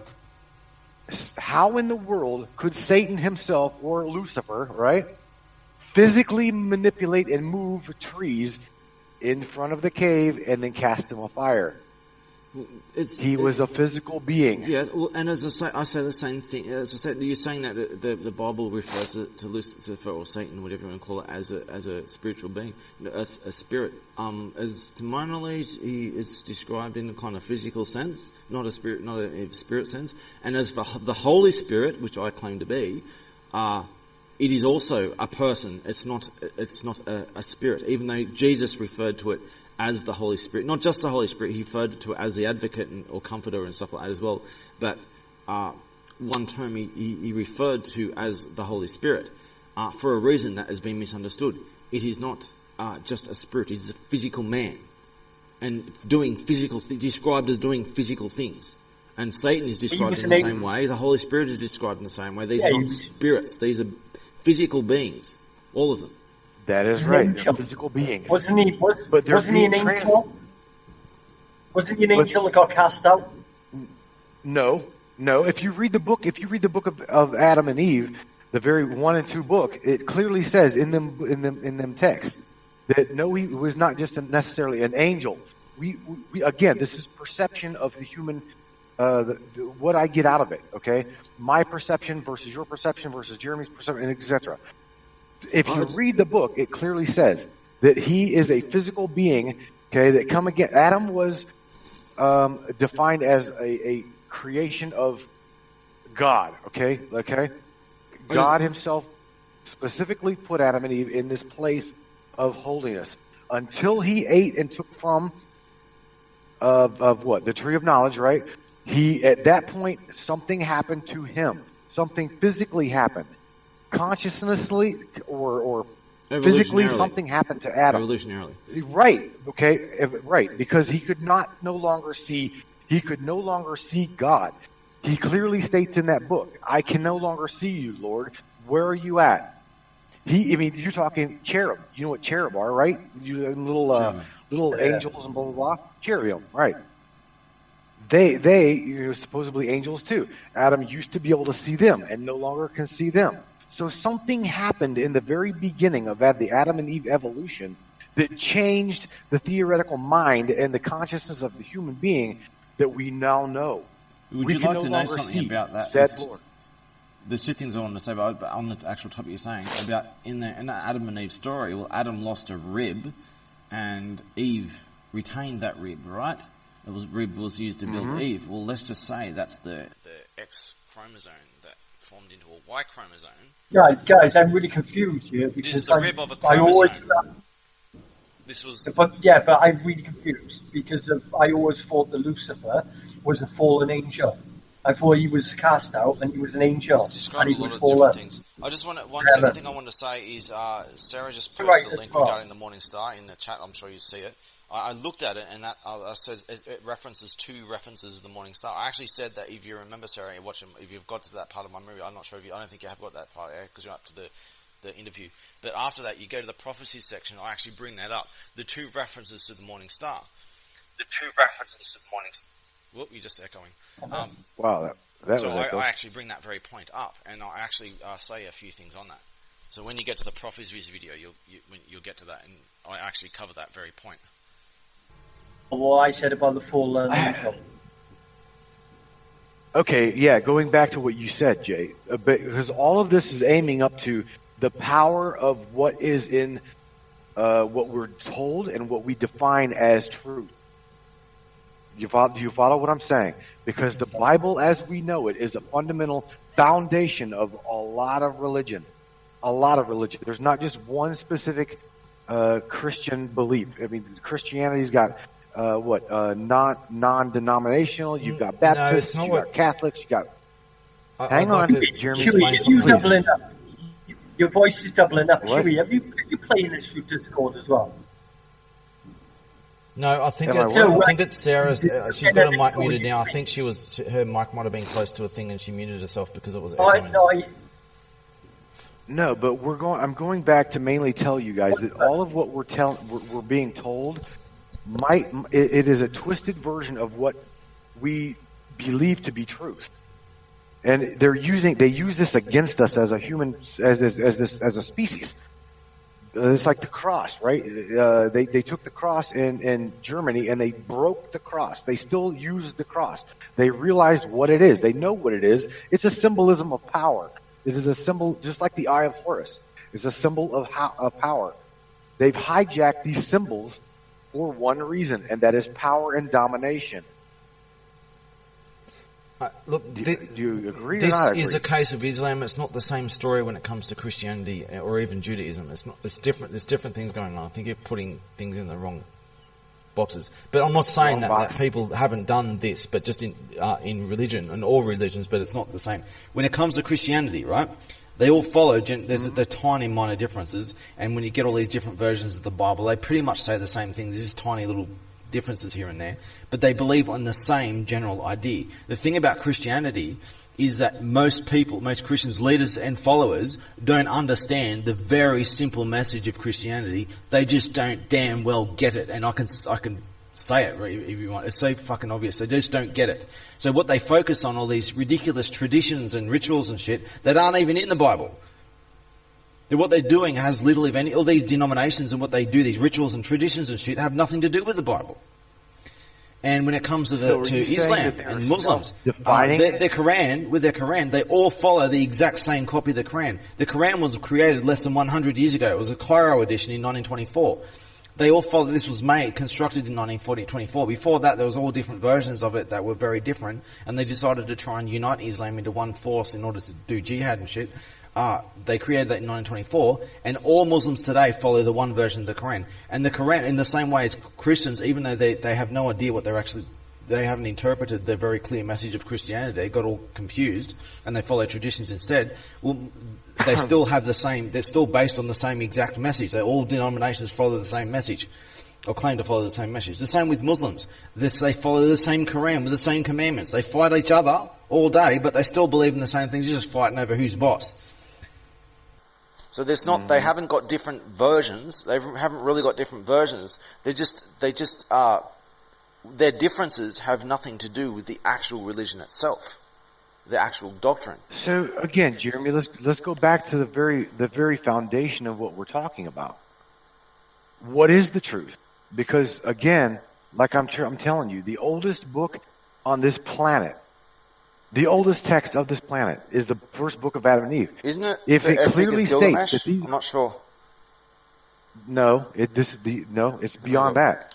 The Epic of Gilgamesh is after the first book of Adam and Eve. Let me have a look.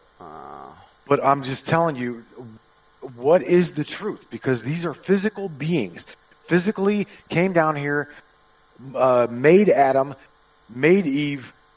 At this point, you're talking like beings from another planet, beings from another world, come down here and created, genetically modified and created out of the hominid or the beast. The Adam, the man, was at one point a beast, and it's clearly stated throughout the book, the Emerald Tablets of Thoth. Man was an animal. Right, yes, it was right. That's where you can literally. This is where the reasoning neocortex takes and what's the reasoning mind, as I said, instead of the emotional and instinct mind. This is why the reasoning mind is what separates man from the animal kingdom. I didn't mean to interrupt. Just keep going. Okay. Anyway, what I was saying is, if you can search deep enough, you can find that his name is it Greg Braden. Greg Braden, I do believe. Has done a slideshow presentation in front of a huge audience where the genome of the human being was literally spliced between like chromosomes. I'll just keep it simple. Let's keep 4 genetic parts. Okay, I just looked this up. In between. Yeah, keep on. What?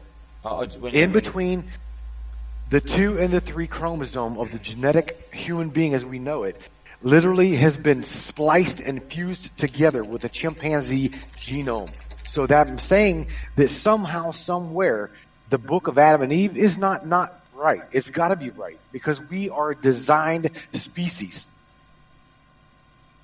So here we go. I've just looked this up. So the books of Adam and Eve, it says the books are thought to have their source in the 5th or 6th century CE.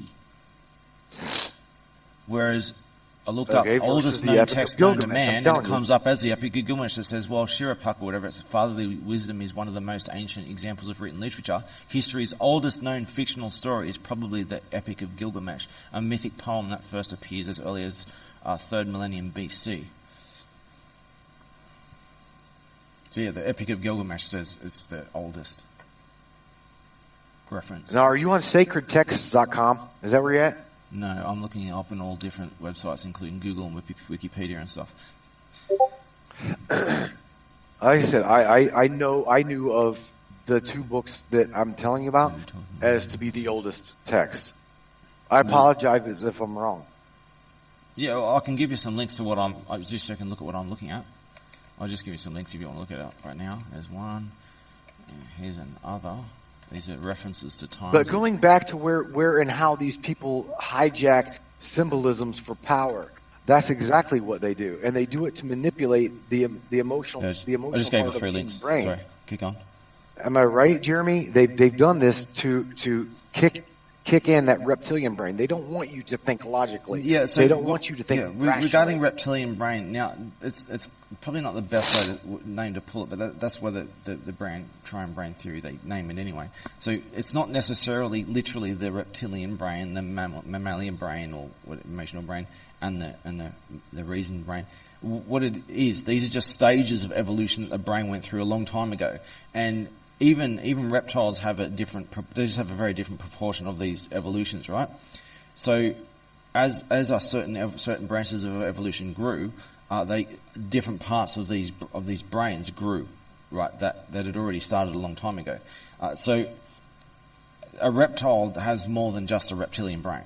Otherwise, they would just be they wouldn't even be conscious. But so can we argue fish the have point these things.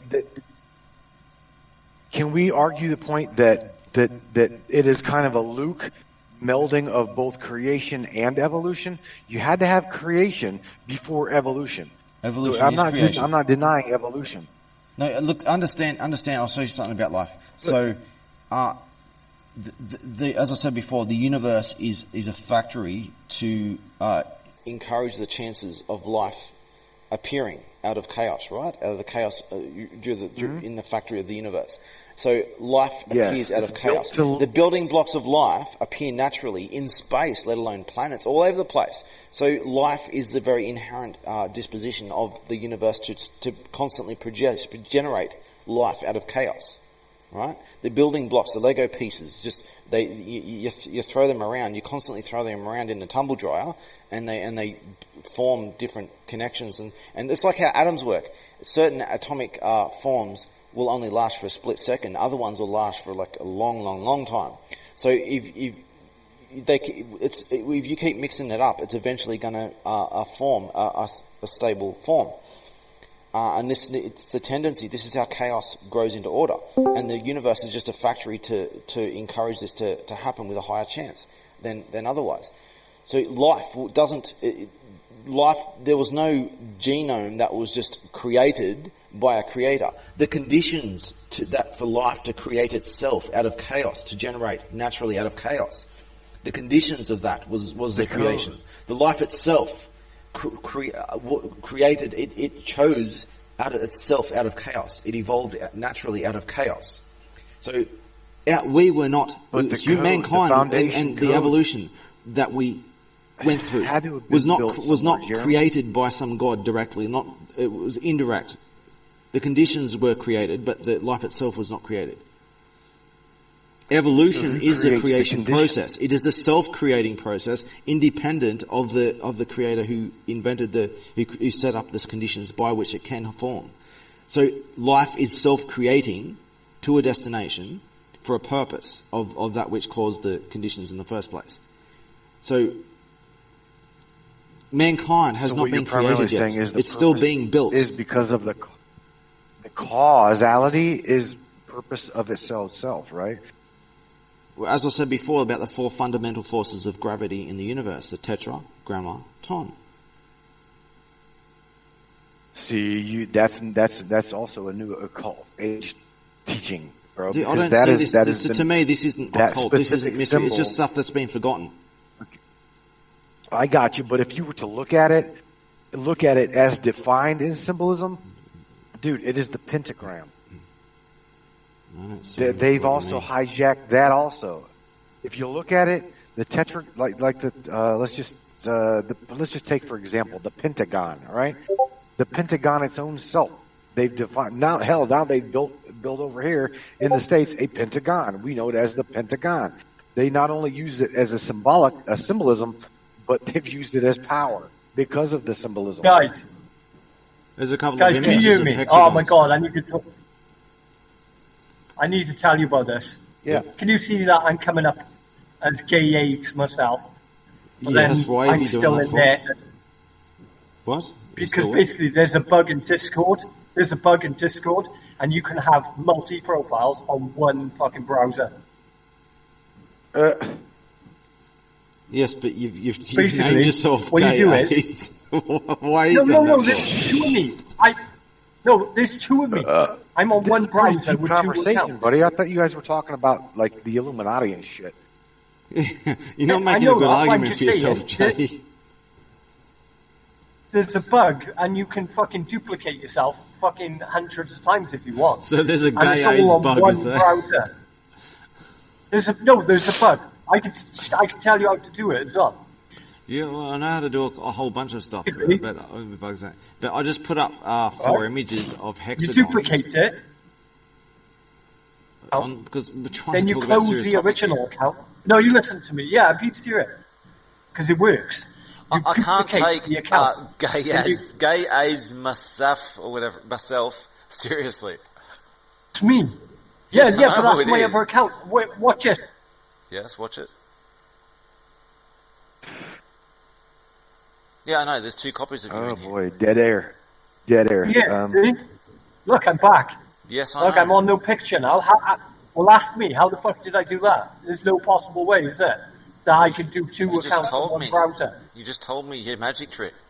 Sorry. Tell you how to do it. The magic trick is you duplicate the account.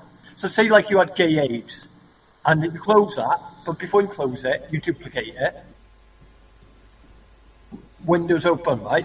So you've got the one that you duplicated and the one you closed. The one you closed then you open as your other sock. So your duplicated one is still open even though you closed it. So you fucking fuck up Discord and it makes it think that override the fucking registry. And then basically you've got 2 accounts. Yeah, I know how to do all kinds of tricks. But on the topic we're talking about, so regarding hexagons. But I can make it look like we got loads of people in the show. I can why would you want to sock puppet for us? We don't need you. Need sock puppet. I know that. I'm just saying I could. So I just put up 4 images of hexagons on moons and planets in our solar system. If you want to have a Go look. back to gay AIDS now. I love that. Yeah, I mean, what you're showing in the Discord's chat, the hexagon, that itself, okay, shows that its own self is a creational design. See, this is what I talked to you about before. About don't jump to conclusions too early. This stuff. But it happens in nature, is what I'm trying to say. What I'm saying is I'm not even saying that this is natural. I actually have an explanation for the moon version. So what I'm suggesting is this may I'm not saying it's definitely the case, but at least some of this I'm very confident some of this is a result of ancient mining can you hear of me? our solar system. Back on the gay AIDS. Not a natural I'm thing. through gay AIDS now, should be. Do you hear me? Yeah, I hear. Am I coming through the gay AIDS myself? Yes. Yes, I'm hearing a lot of gay AIDS. Profile picture is fucking savage. We'll probably get the show taken down if you post it.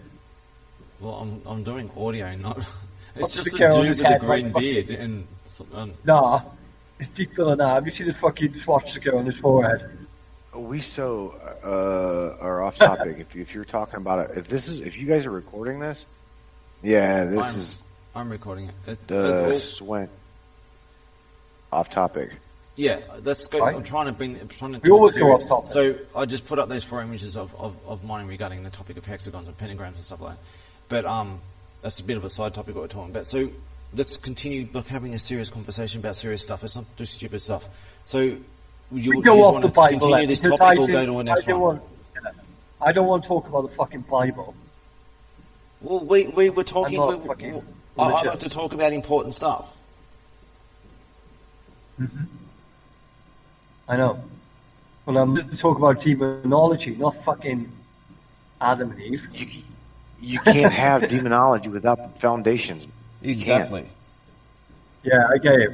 Exorcism and fucking weird, dark shit.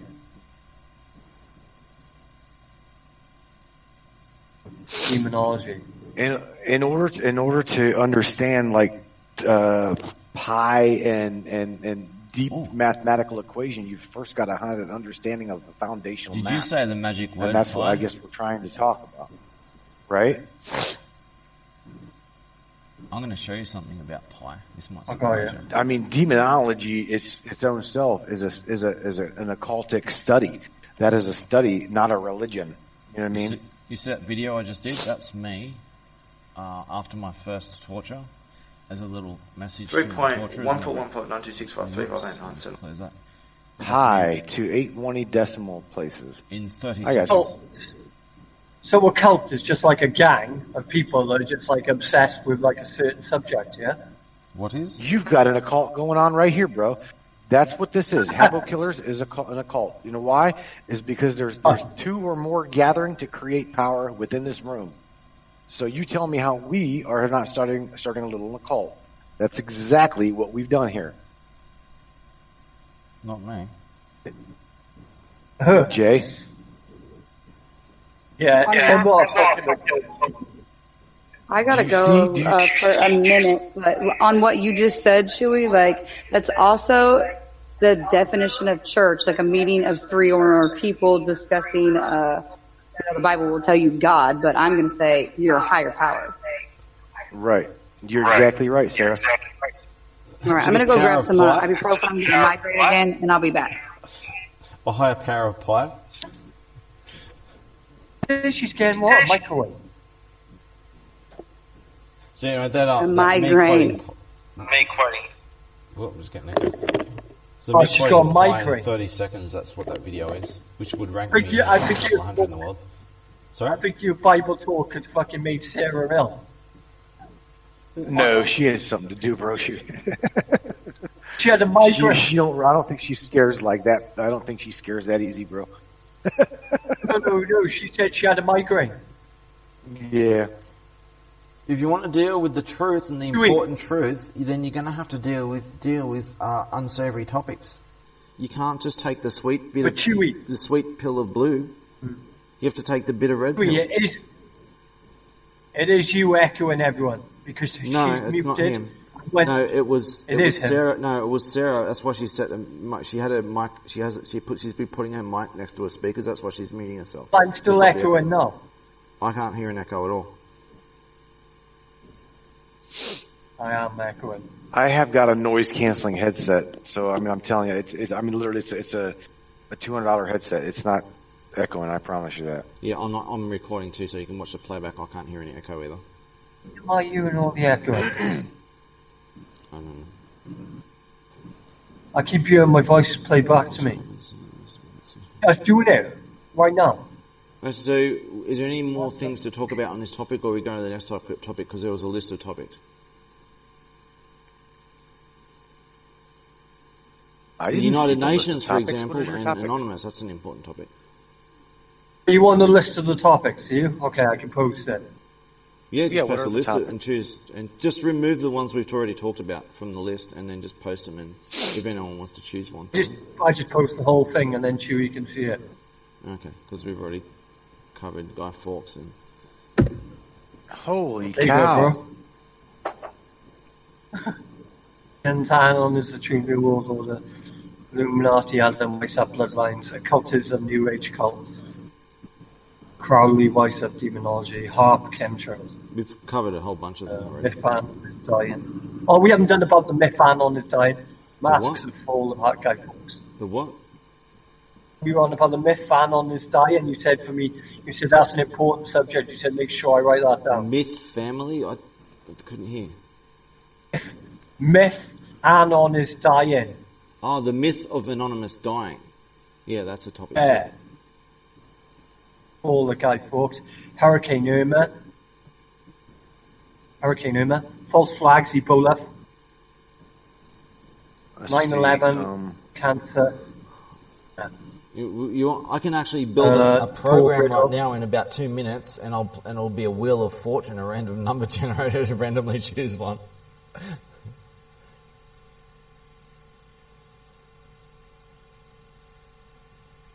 You want just to be funny? I can build a Wheel of Fortune to randomly choose a topic.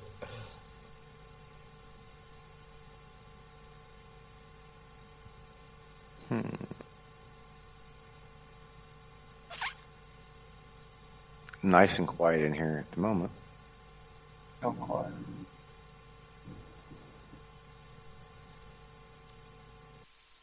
Oh. I feel tired. What have you guys thumbs up what you guys have already covered? I'm not a baby, I'm a man. I'm an anchor man. Damn. Sorry, just pressing my soundboard. 6. If you could hear it. We start at 6. I got to go at 9:30 because I got to catch up. Taryn, I see the keyboard behind you in that video. Are you still fluent with the keys, bro? Music. I can show you me playing some songs. Since I was tortured, the first time I had to relearn how to play it a little bit, and I did. And after my second year torture, I haven't even had the time the opportunity to play it properly. I've lost a lot of skills that I have to relearn, like playing music. I can't remember the notes for songs, and I have to kind of start over. And some of the keys on my keyboard, when I got evicted through transporting, my keyboard's kind of been a little bit damaged, and the keys don't work properly. So I haven't really been. So I can show you. See, as I'm also noticing in your guys, do you want to hear one of my songs? Do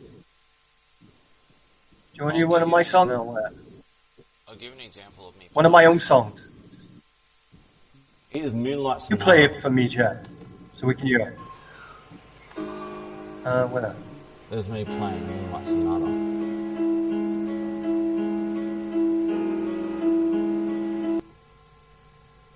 Moonlight. Musicians. I'm trying to. I can't feed it. If we were on another chat, I could feed it through the entire through my connection, but I can't do it right now. Jeremy, my friend, how are you still awake, buddy? Did you even go to sleep? I've got 2 750ml coffees here. I had one before we chatted, and I've had half of the second one now. Oh Lord! So you're running on caffeine and adrenaline? No, I don't get jittery or anything. I just shut down and my body crashes. I get sick. So I'm fine. I probably won't even drink the second half of it. You and I guess I'll pick your brain exclusively on the ancient things. Not here because you guys already got a list of stuff to go through. But one of these days I'll pick your brain on record of Göbekli Tepe, Machu Picchu, the pyramids, the Aztecs, the Mayans. Göbekli Tepe, or whatever it's called. Apart from that, it was this strange buried site, and the fact that it was buried, if it wasn't, would have been buried for a reason. So everything else about history has been destroyed, but this has been preserved. It was buried for some reason. Maybe someone wanted to preserve some history, so people would discover that there was people doing things back then, that something happened. And as I said, 6,000 years ago, there was a mass destruction of a large section of the world, but was wiped out for a reason in my story, and I said that there was civilization before then, and toward the later stages, it was heavily oriented around extraterrestrial hybrids around the later stages until the problem was resolved and wiped out. So I have a question in regards to, and if you don't mind me changing topic or adding a topic here. We need a new topic anyway, because we've kind of got a dead topic at the moment anyway, so go on. What do you feel about you? I know you've probably seen these pictures of huge stumps and huge tree parts, right? Does this goes along with the foundation of there were giants at one day that ruled the earth of like 32, 64 feet tall? Yeah, well, have you seen that process? I never saw anything like that. This was from 13,000 years ago to 6,000 years ago. The biggest giants I ever saw were the original extraterrestrials that fucked with everything in the first place, and they were like 2 or 3 times the size of a human. They were not bigger than that. They were only like 2 or 3 sizes the times of a human. They were like a cave troll, basically. A little bit like a cave troll. Hang on, there were no 100 feet tall giants or anything like that. No, that I saw in my timeline. No. Who knows what happened before then? I've got pictures of. Hang on. And I never saw 200-kilometer high trees or anything like that either. Right, skeletal figures represent. I'll drop it in there. I'll drop it in the chat. These giant skeletons that you see pictures of, they're just Photoshop shit. Right there, I just dropped it in there. The present day man to. You got 365 BC. Okay, so that giant one that you see there, that's like 2 or 3 times the size of a human tall-wise, right? That's actually about the same size as these extraterrestrial aliens, but they weren't. They were clearly not human. They wouldn't have a human skeleton, but they were like kind of about the same size. The hybrids, they were about the same size, maybe a little tiny bit bigger than a human. They were relatively close to a human size. The hybrids, so they weren't giants. But, hybrids meaning genetically modified. What I saw. Who knows? I didn't see everything that happened in the world, around the world, and I only have a certain timeline to refer to. So I don't know what happened before then and after then, because clearly, after 6,000 years ago, where this shit was finally wiped out, more shit has obviously happened from 6,000 years ago to today. There's more shit that's gone on that I wasn't involved in, but it's clearly something happened after that. The problem was solved, and then something continued to happen. Whatever it may be. I completely get you.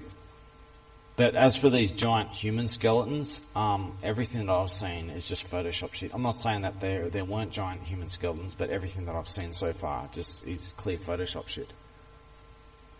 Right. I consider myself like a reasonable person. I don't classify myself as a so-called skeptic, but unfortunately, with a lot of conspiracy theory bullshit that's going along, someone has to step up and expose this shit. And there's a lot of clearly bullshit scams that go on, and I have to, because no one else will do it, I have to step up and do shit. For example, remember those beams of light that people were saying there were heavenly beams of light all around the world and shit? Do you remember that? People taking photos, these beams of light coming from the sky and shit. Well, no, this was how cameras work. So what happens is there's a flash of light, whether it would be lightning or a flash of light from another bright source, usually lightning. Your camera actually doesn't take an instant photo of the screen. It actually, in a really fast speed, it goes from one side of the screen to the other. So when it's at a certain part of the screen, the lightning strikes and lights up the screen. So for like a split second, as it's going across the screen, you'll get a brightness, and then it'll go down again. And so it'll end up as a stripe of light across the screen. That's all it was. It's just a camera mechanism when you're taking a photo during a lightning strike. Jeremy, I have a question, and this is way off topic for a minute. And I don't mean to do it, but it came into my mind to share. You can't be off topic because there's no real topic at the moment. Okay.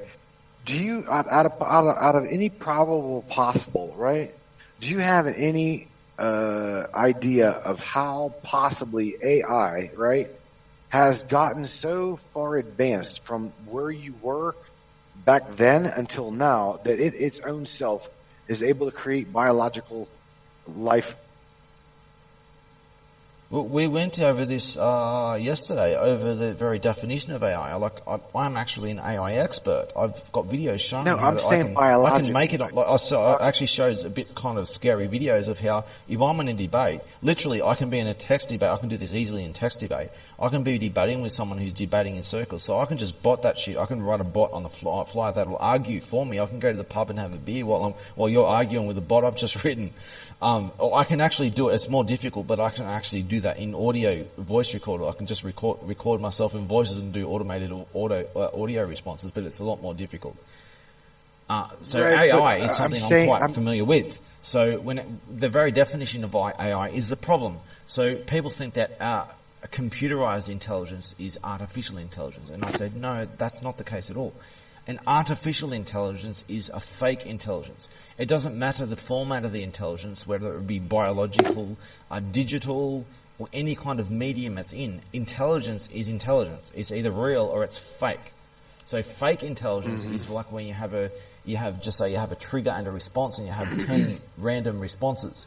And it's just a random number generator that chooses one of the random 10 responses. And it looks like you're actually having a discussion with someone who's processing what you're saying, but you're just dealing with a random number generator. It's fake. That's artificial intelligence, because it's artificial, it's fake. So real intelligence, a computer program can be real intelligence. I showed you before. I can program self-awareness in computer code in 3 lines of code. 3 very short lines of code. It's not some mystery secret. It's just that people don't understand AI. And there's only a handful of people in the world who really do understand AI. And it's not that it's very advanced, it's conceptual. Okay. Jeremy, are you aware of the split particle experiment? You're talking about the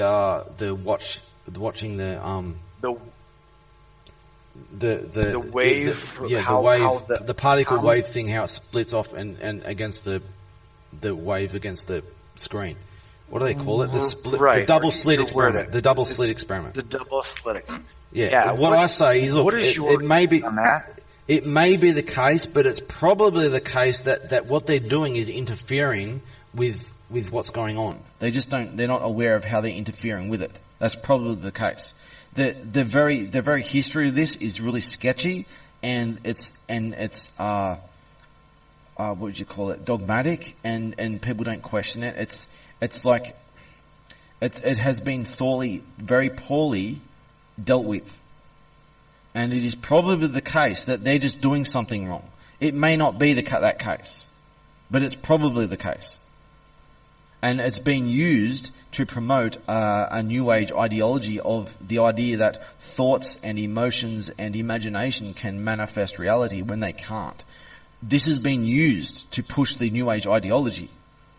Where whoever it probably started as just some experiment that was poorly done, but other people jumped on that and they pushed it as an excuse to push their ideology and say, hey, we've got this imaginary scientific evidence that we're going to push this hardcore.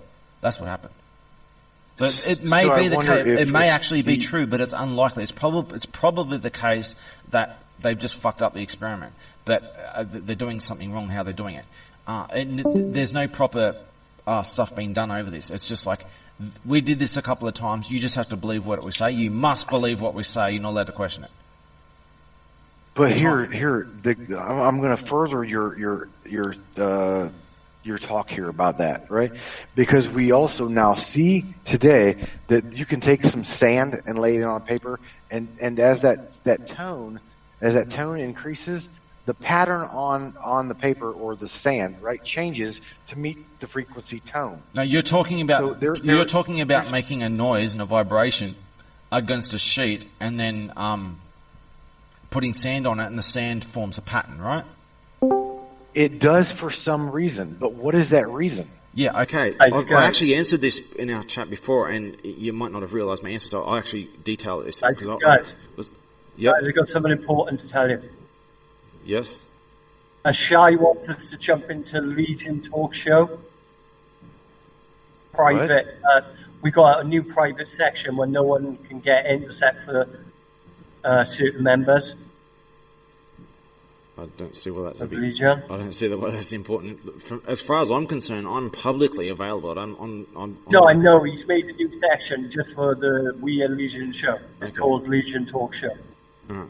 So I'm jumping in there now, okay? Just ask me to jump in there. Alright. I'll continue. Alright, okay. I'm going what was the I point think he's asking us to follow. Okay, I don't know. I just got derailed, buddy. Sorry. So what was the point I was making? What's the point I was making? I was talking. We were talking about Giblically Telki VPN, then we were talking about. I'm sorry. Okay, the patterns. The patterns. Which, yes. Okay, the patterns are defined. Okay, right, so atoms. The sound. traditional concept of an atom is that an electron just orbits an atom, but then they come up with the concept. Well, an electron seems to appear and disappear at different locations at different times. What the hell's going on here? Things are not quite what they seem. So there's been more measurements of what an atom looks like. If you actually look at atoms here, they've been interpreted as being more of a percentage chance thing. They look like a pattern, just the same kind of pattern as you're saying here. I'll just find one here. Atom shape. You gotta hop over. We're having an important chat here. We'll do that later. It's not important. But Dan wants us to go there now. I don't know why, but he just said who does? Go there now. Dan, because of JDM. So just go over. Just it's important. Oh, we have to. You want us to change the audio chat or something? You're not explaining. Yeah, but no, you don't have to stop recording. Just jump into the other fucking channel. The channel in this server? Where I just jumped into. In this server? Yeah. Which channel? You know where? Yeah, it says Legion Talk Show below where we're talking now. Yeah, that's another audio channel. You just jump in there. You don't have to stop recording. It takes seconds. I'll jump in there right now. There's no one in there right now. I'll jump in there and wait for you. I'm trying to tell you. I'm jumping. Okay, I'm in there. And me. Yeah, there's two of us in. The other two. The other copy of you. That's all I want us to do. I don't know. What you're doing is not making sense. So Matt is not here with us. Okay, it's just us two. I know. Well, Matt needs to jump into just do what we did. All you've done is you've created another voice channel with a different name. Seems like it. Yeah, Dan did. Yeah, but so it's private. It's private. Okay, so you're avoiding in case someone else comes in. Is that what you're doing? Yeah, it's in case JDM or whatever. Yeah. Okay, so you think that JDM's in the server and he's going to cause shit? Is that what it is? Well, you know, Shai's just said that he built a private chat for us. No one can just get in here. It's not public. Okay. So as for the, just give me a look. I'll see if I can find this. Carry on talking. It's nothing different. I'll do another search. What does? Yeah, it's just a room. It's just a room for us. Which is if anyone's listening to this, you can look this up yourself. I was trying to find the right Google search to find it. Here's a good example. What does I just got a message here. Right. So if you look up like in Google Images, what does an atom look like? You'll be able to see some shapes. I'm going to send one in here right now. Oh shit! I have to do that again. I'm listening to you. Believe it or not, just give me I'm listening. Here we go. That one will work. So I'll just give you an example of what an atom actually looks like under new measurement tools. So it doesn't look like the traditional thing. It's a shape that's just like we were just saying. So when it comes to atomic structures, different atoms have a different half-life. Very different half-life. Some of them last a split second. Some of them last a very, very long time. So there's some kind of shape of certain kind of shapes manifest in a different level of stability, right? And I mentioned this before about the stability and manifestation of universes that appear and disappear. They last for a set amount of time, and then they disappear, just like atoms do the same thing, as they have a half-life. So it's the same principle here. Certain, for whatever reason, what this reminds me of, certain patterns are stable and certain ones aren't, for whatever reason. Jeremy, did you hear me? Yeah, I said this new atomic structure that you just showed me of the atom of a human reminds me of the universe. But there's other ones as well, and they're actually a little bit more complex. But that's that's like a really basic one. I'll see if I can find others.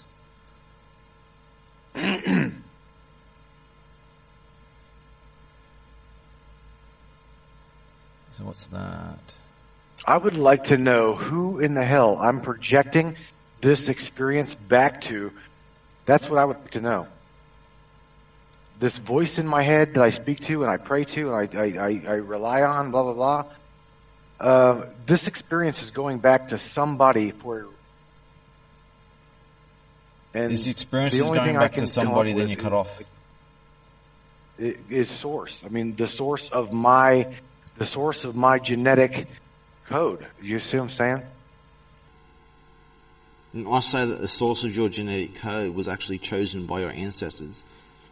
The one that created the circumstances that life forms had to have it in such a way that life forms in its own way, under its own terms, and creates itself.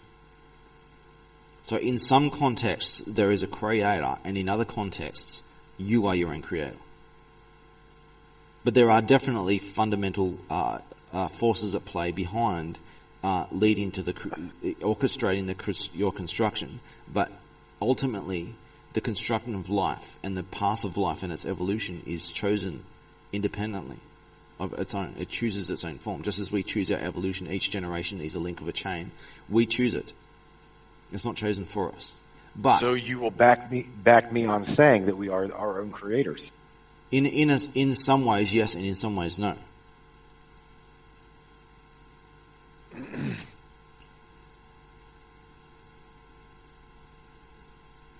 Do you possibly believe in genetics being passed down as far as like what's it called? If your mom's a diabetic, you're going to be diabetic, blah blah blah. Because I personally teach that you are your own being. You're not your mom. You're not your dad.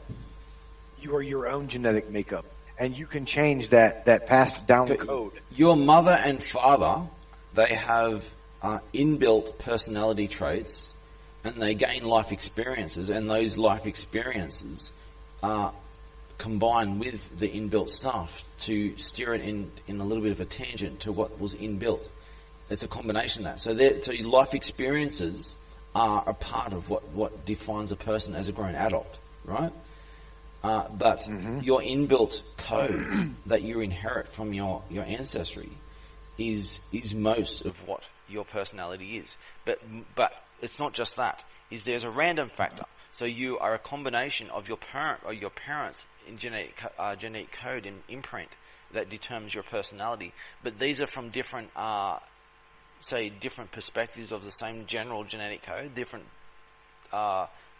strains of the same code. This is how evolution works.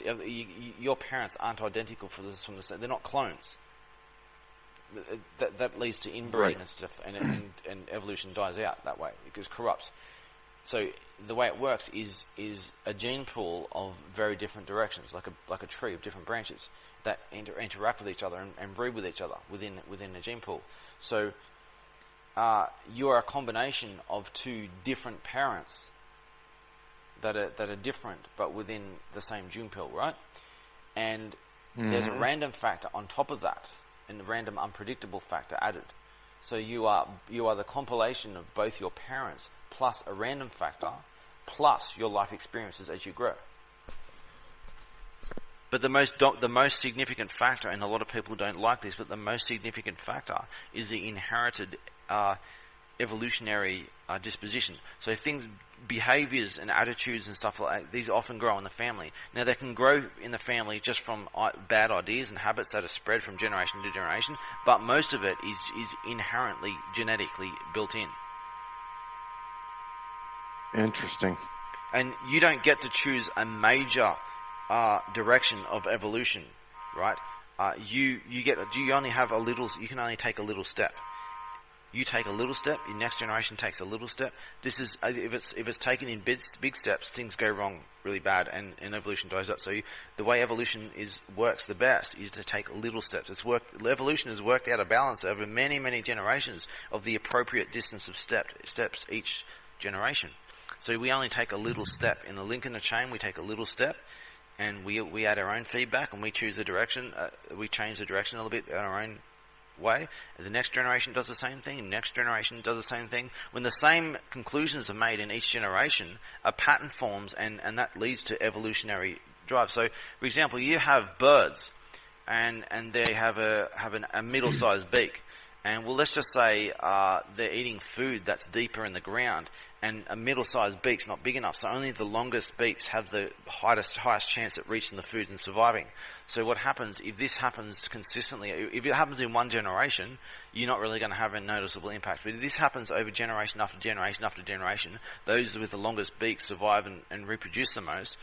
Eventually a slow change happens, and you end up with a beak bigger than any of the original ones have.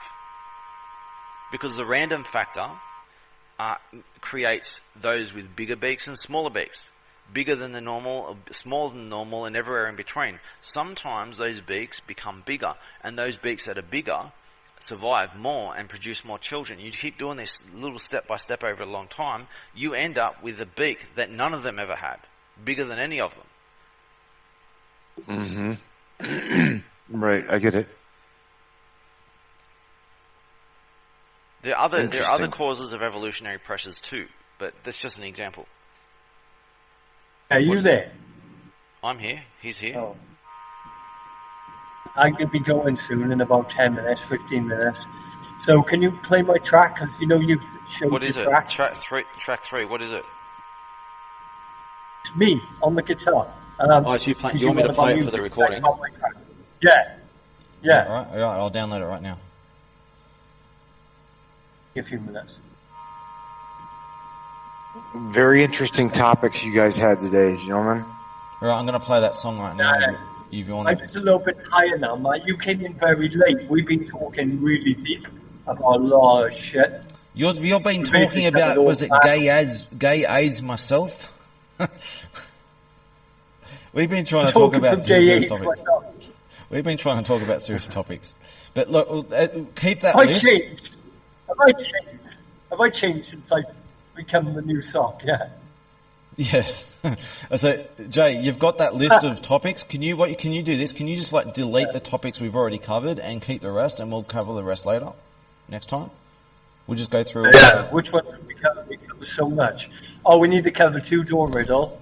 Just go through them and try and remember what. You just go through the video if you need to, the recording when I upload it, and just remove whatever topics we have covered, so we can cover the other ones later.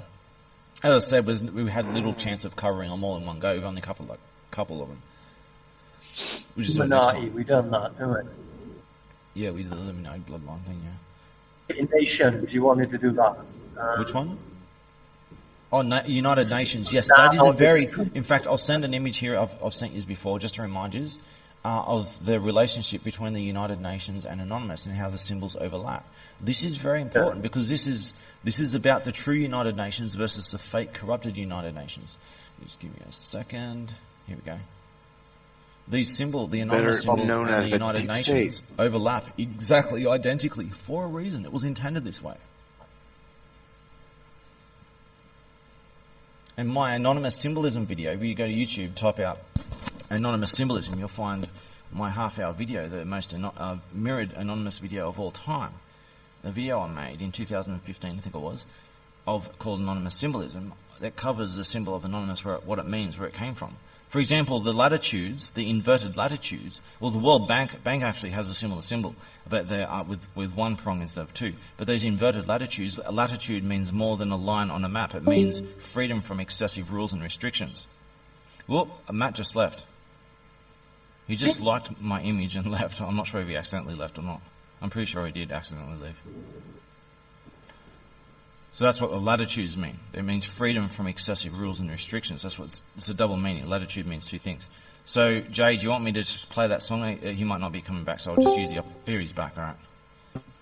Yeah, okay. Yeah, play the song, yeah. Sure, I'll play the song when we finish up. So are we finished for today?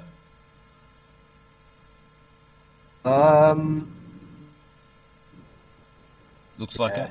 I know I'm going to probably wind down here and get ready for the wife to come home and figure what I'm doing tonight, Friday night. I will play our song out then. Yeah, so I guess I'll just play. We'll finish up and I'll play the song now. So I'll leave the audio chat just so that no one speaks over the song. We'll be able to get the song, and I'll finish the recording with the song. I'll talk to you next time, tomorrow or whenever. Just let me know when you want to do. Yes, sir. And we'll go through. I'll be around. I will be around. Thanks, guys, for the good conversation. Thank you too. Excellent talk. Right, see you next time. You do the song, then we'll come up. Yeah, I'll leave Oh, you're going, yeah? Yeah, I'll leave the chat and I'll put the song on now, okay, for the recording. I'll give you a link to the video when I've done. Sorry? Jet, what was the song? I didn't want everyone to go. Yeah, do you want me to play the song live with you hearing it, do you? Yeah. Okay, well just don't speak then, okay? I'm going to put it on, don't speak during it. I'm going to put it on right now, okay? Alright, here we go. Tell me what you think, yeah?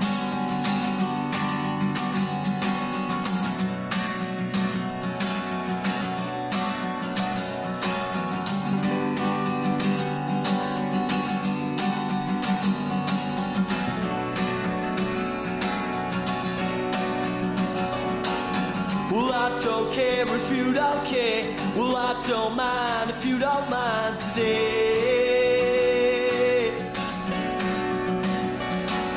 Well, I can't see if you can't see, and I won't breathe if you don't breathe again.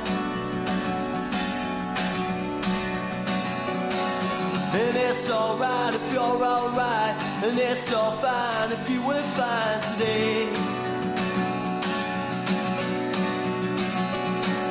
I fall behind when you slide and lose my grip before I fade away.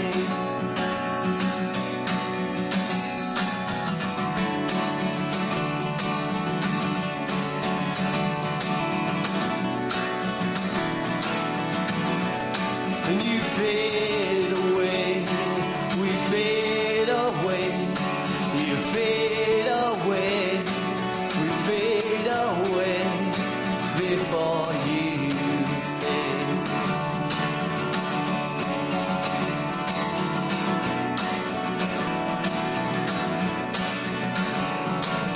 Well, I don't care if you don't care. Well, I don't mind if you don't mind stay. And I can't see if you can't see, and I won't breathe if you don't breathe again. And it's alright if you're alright, and it's all fine if you were fine today. I fall behind when I slide, I try to lose before I fade away.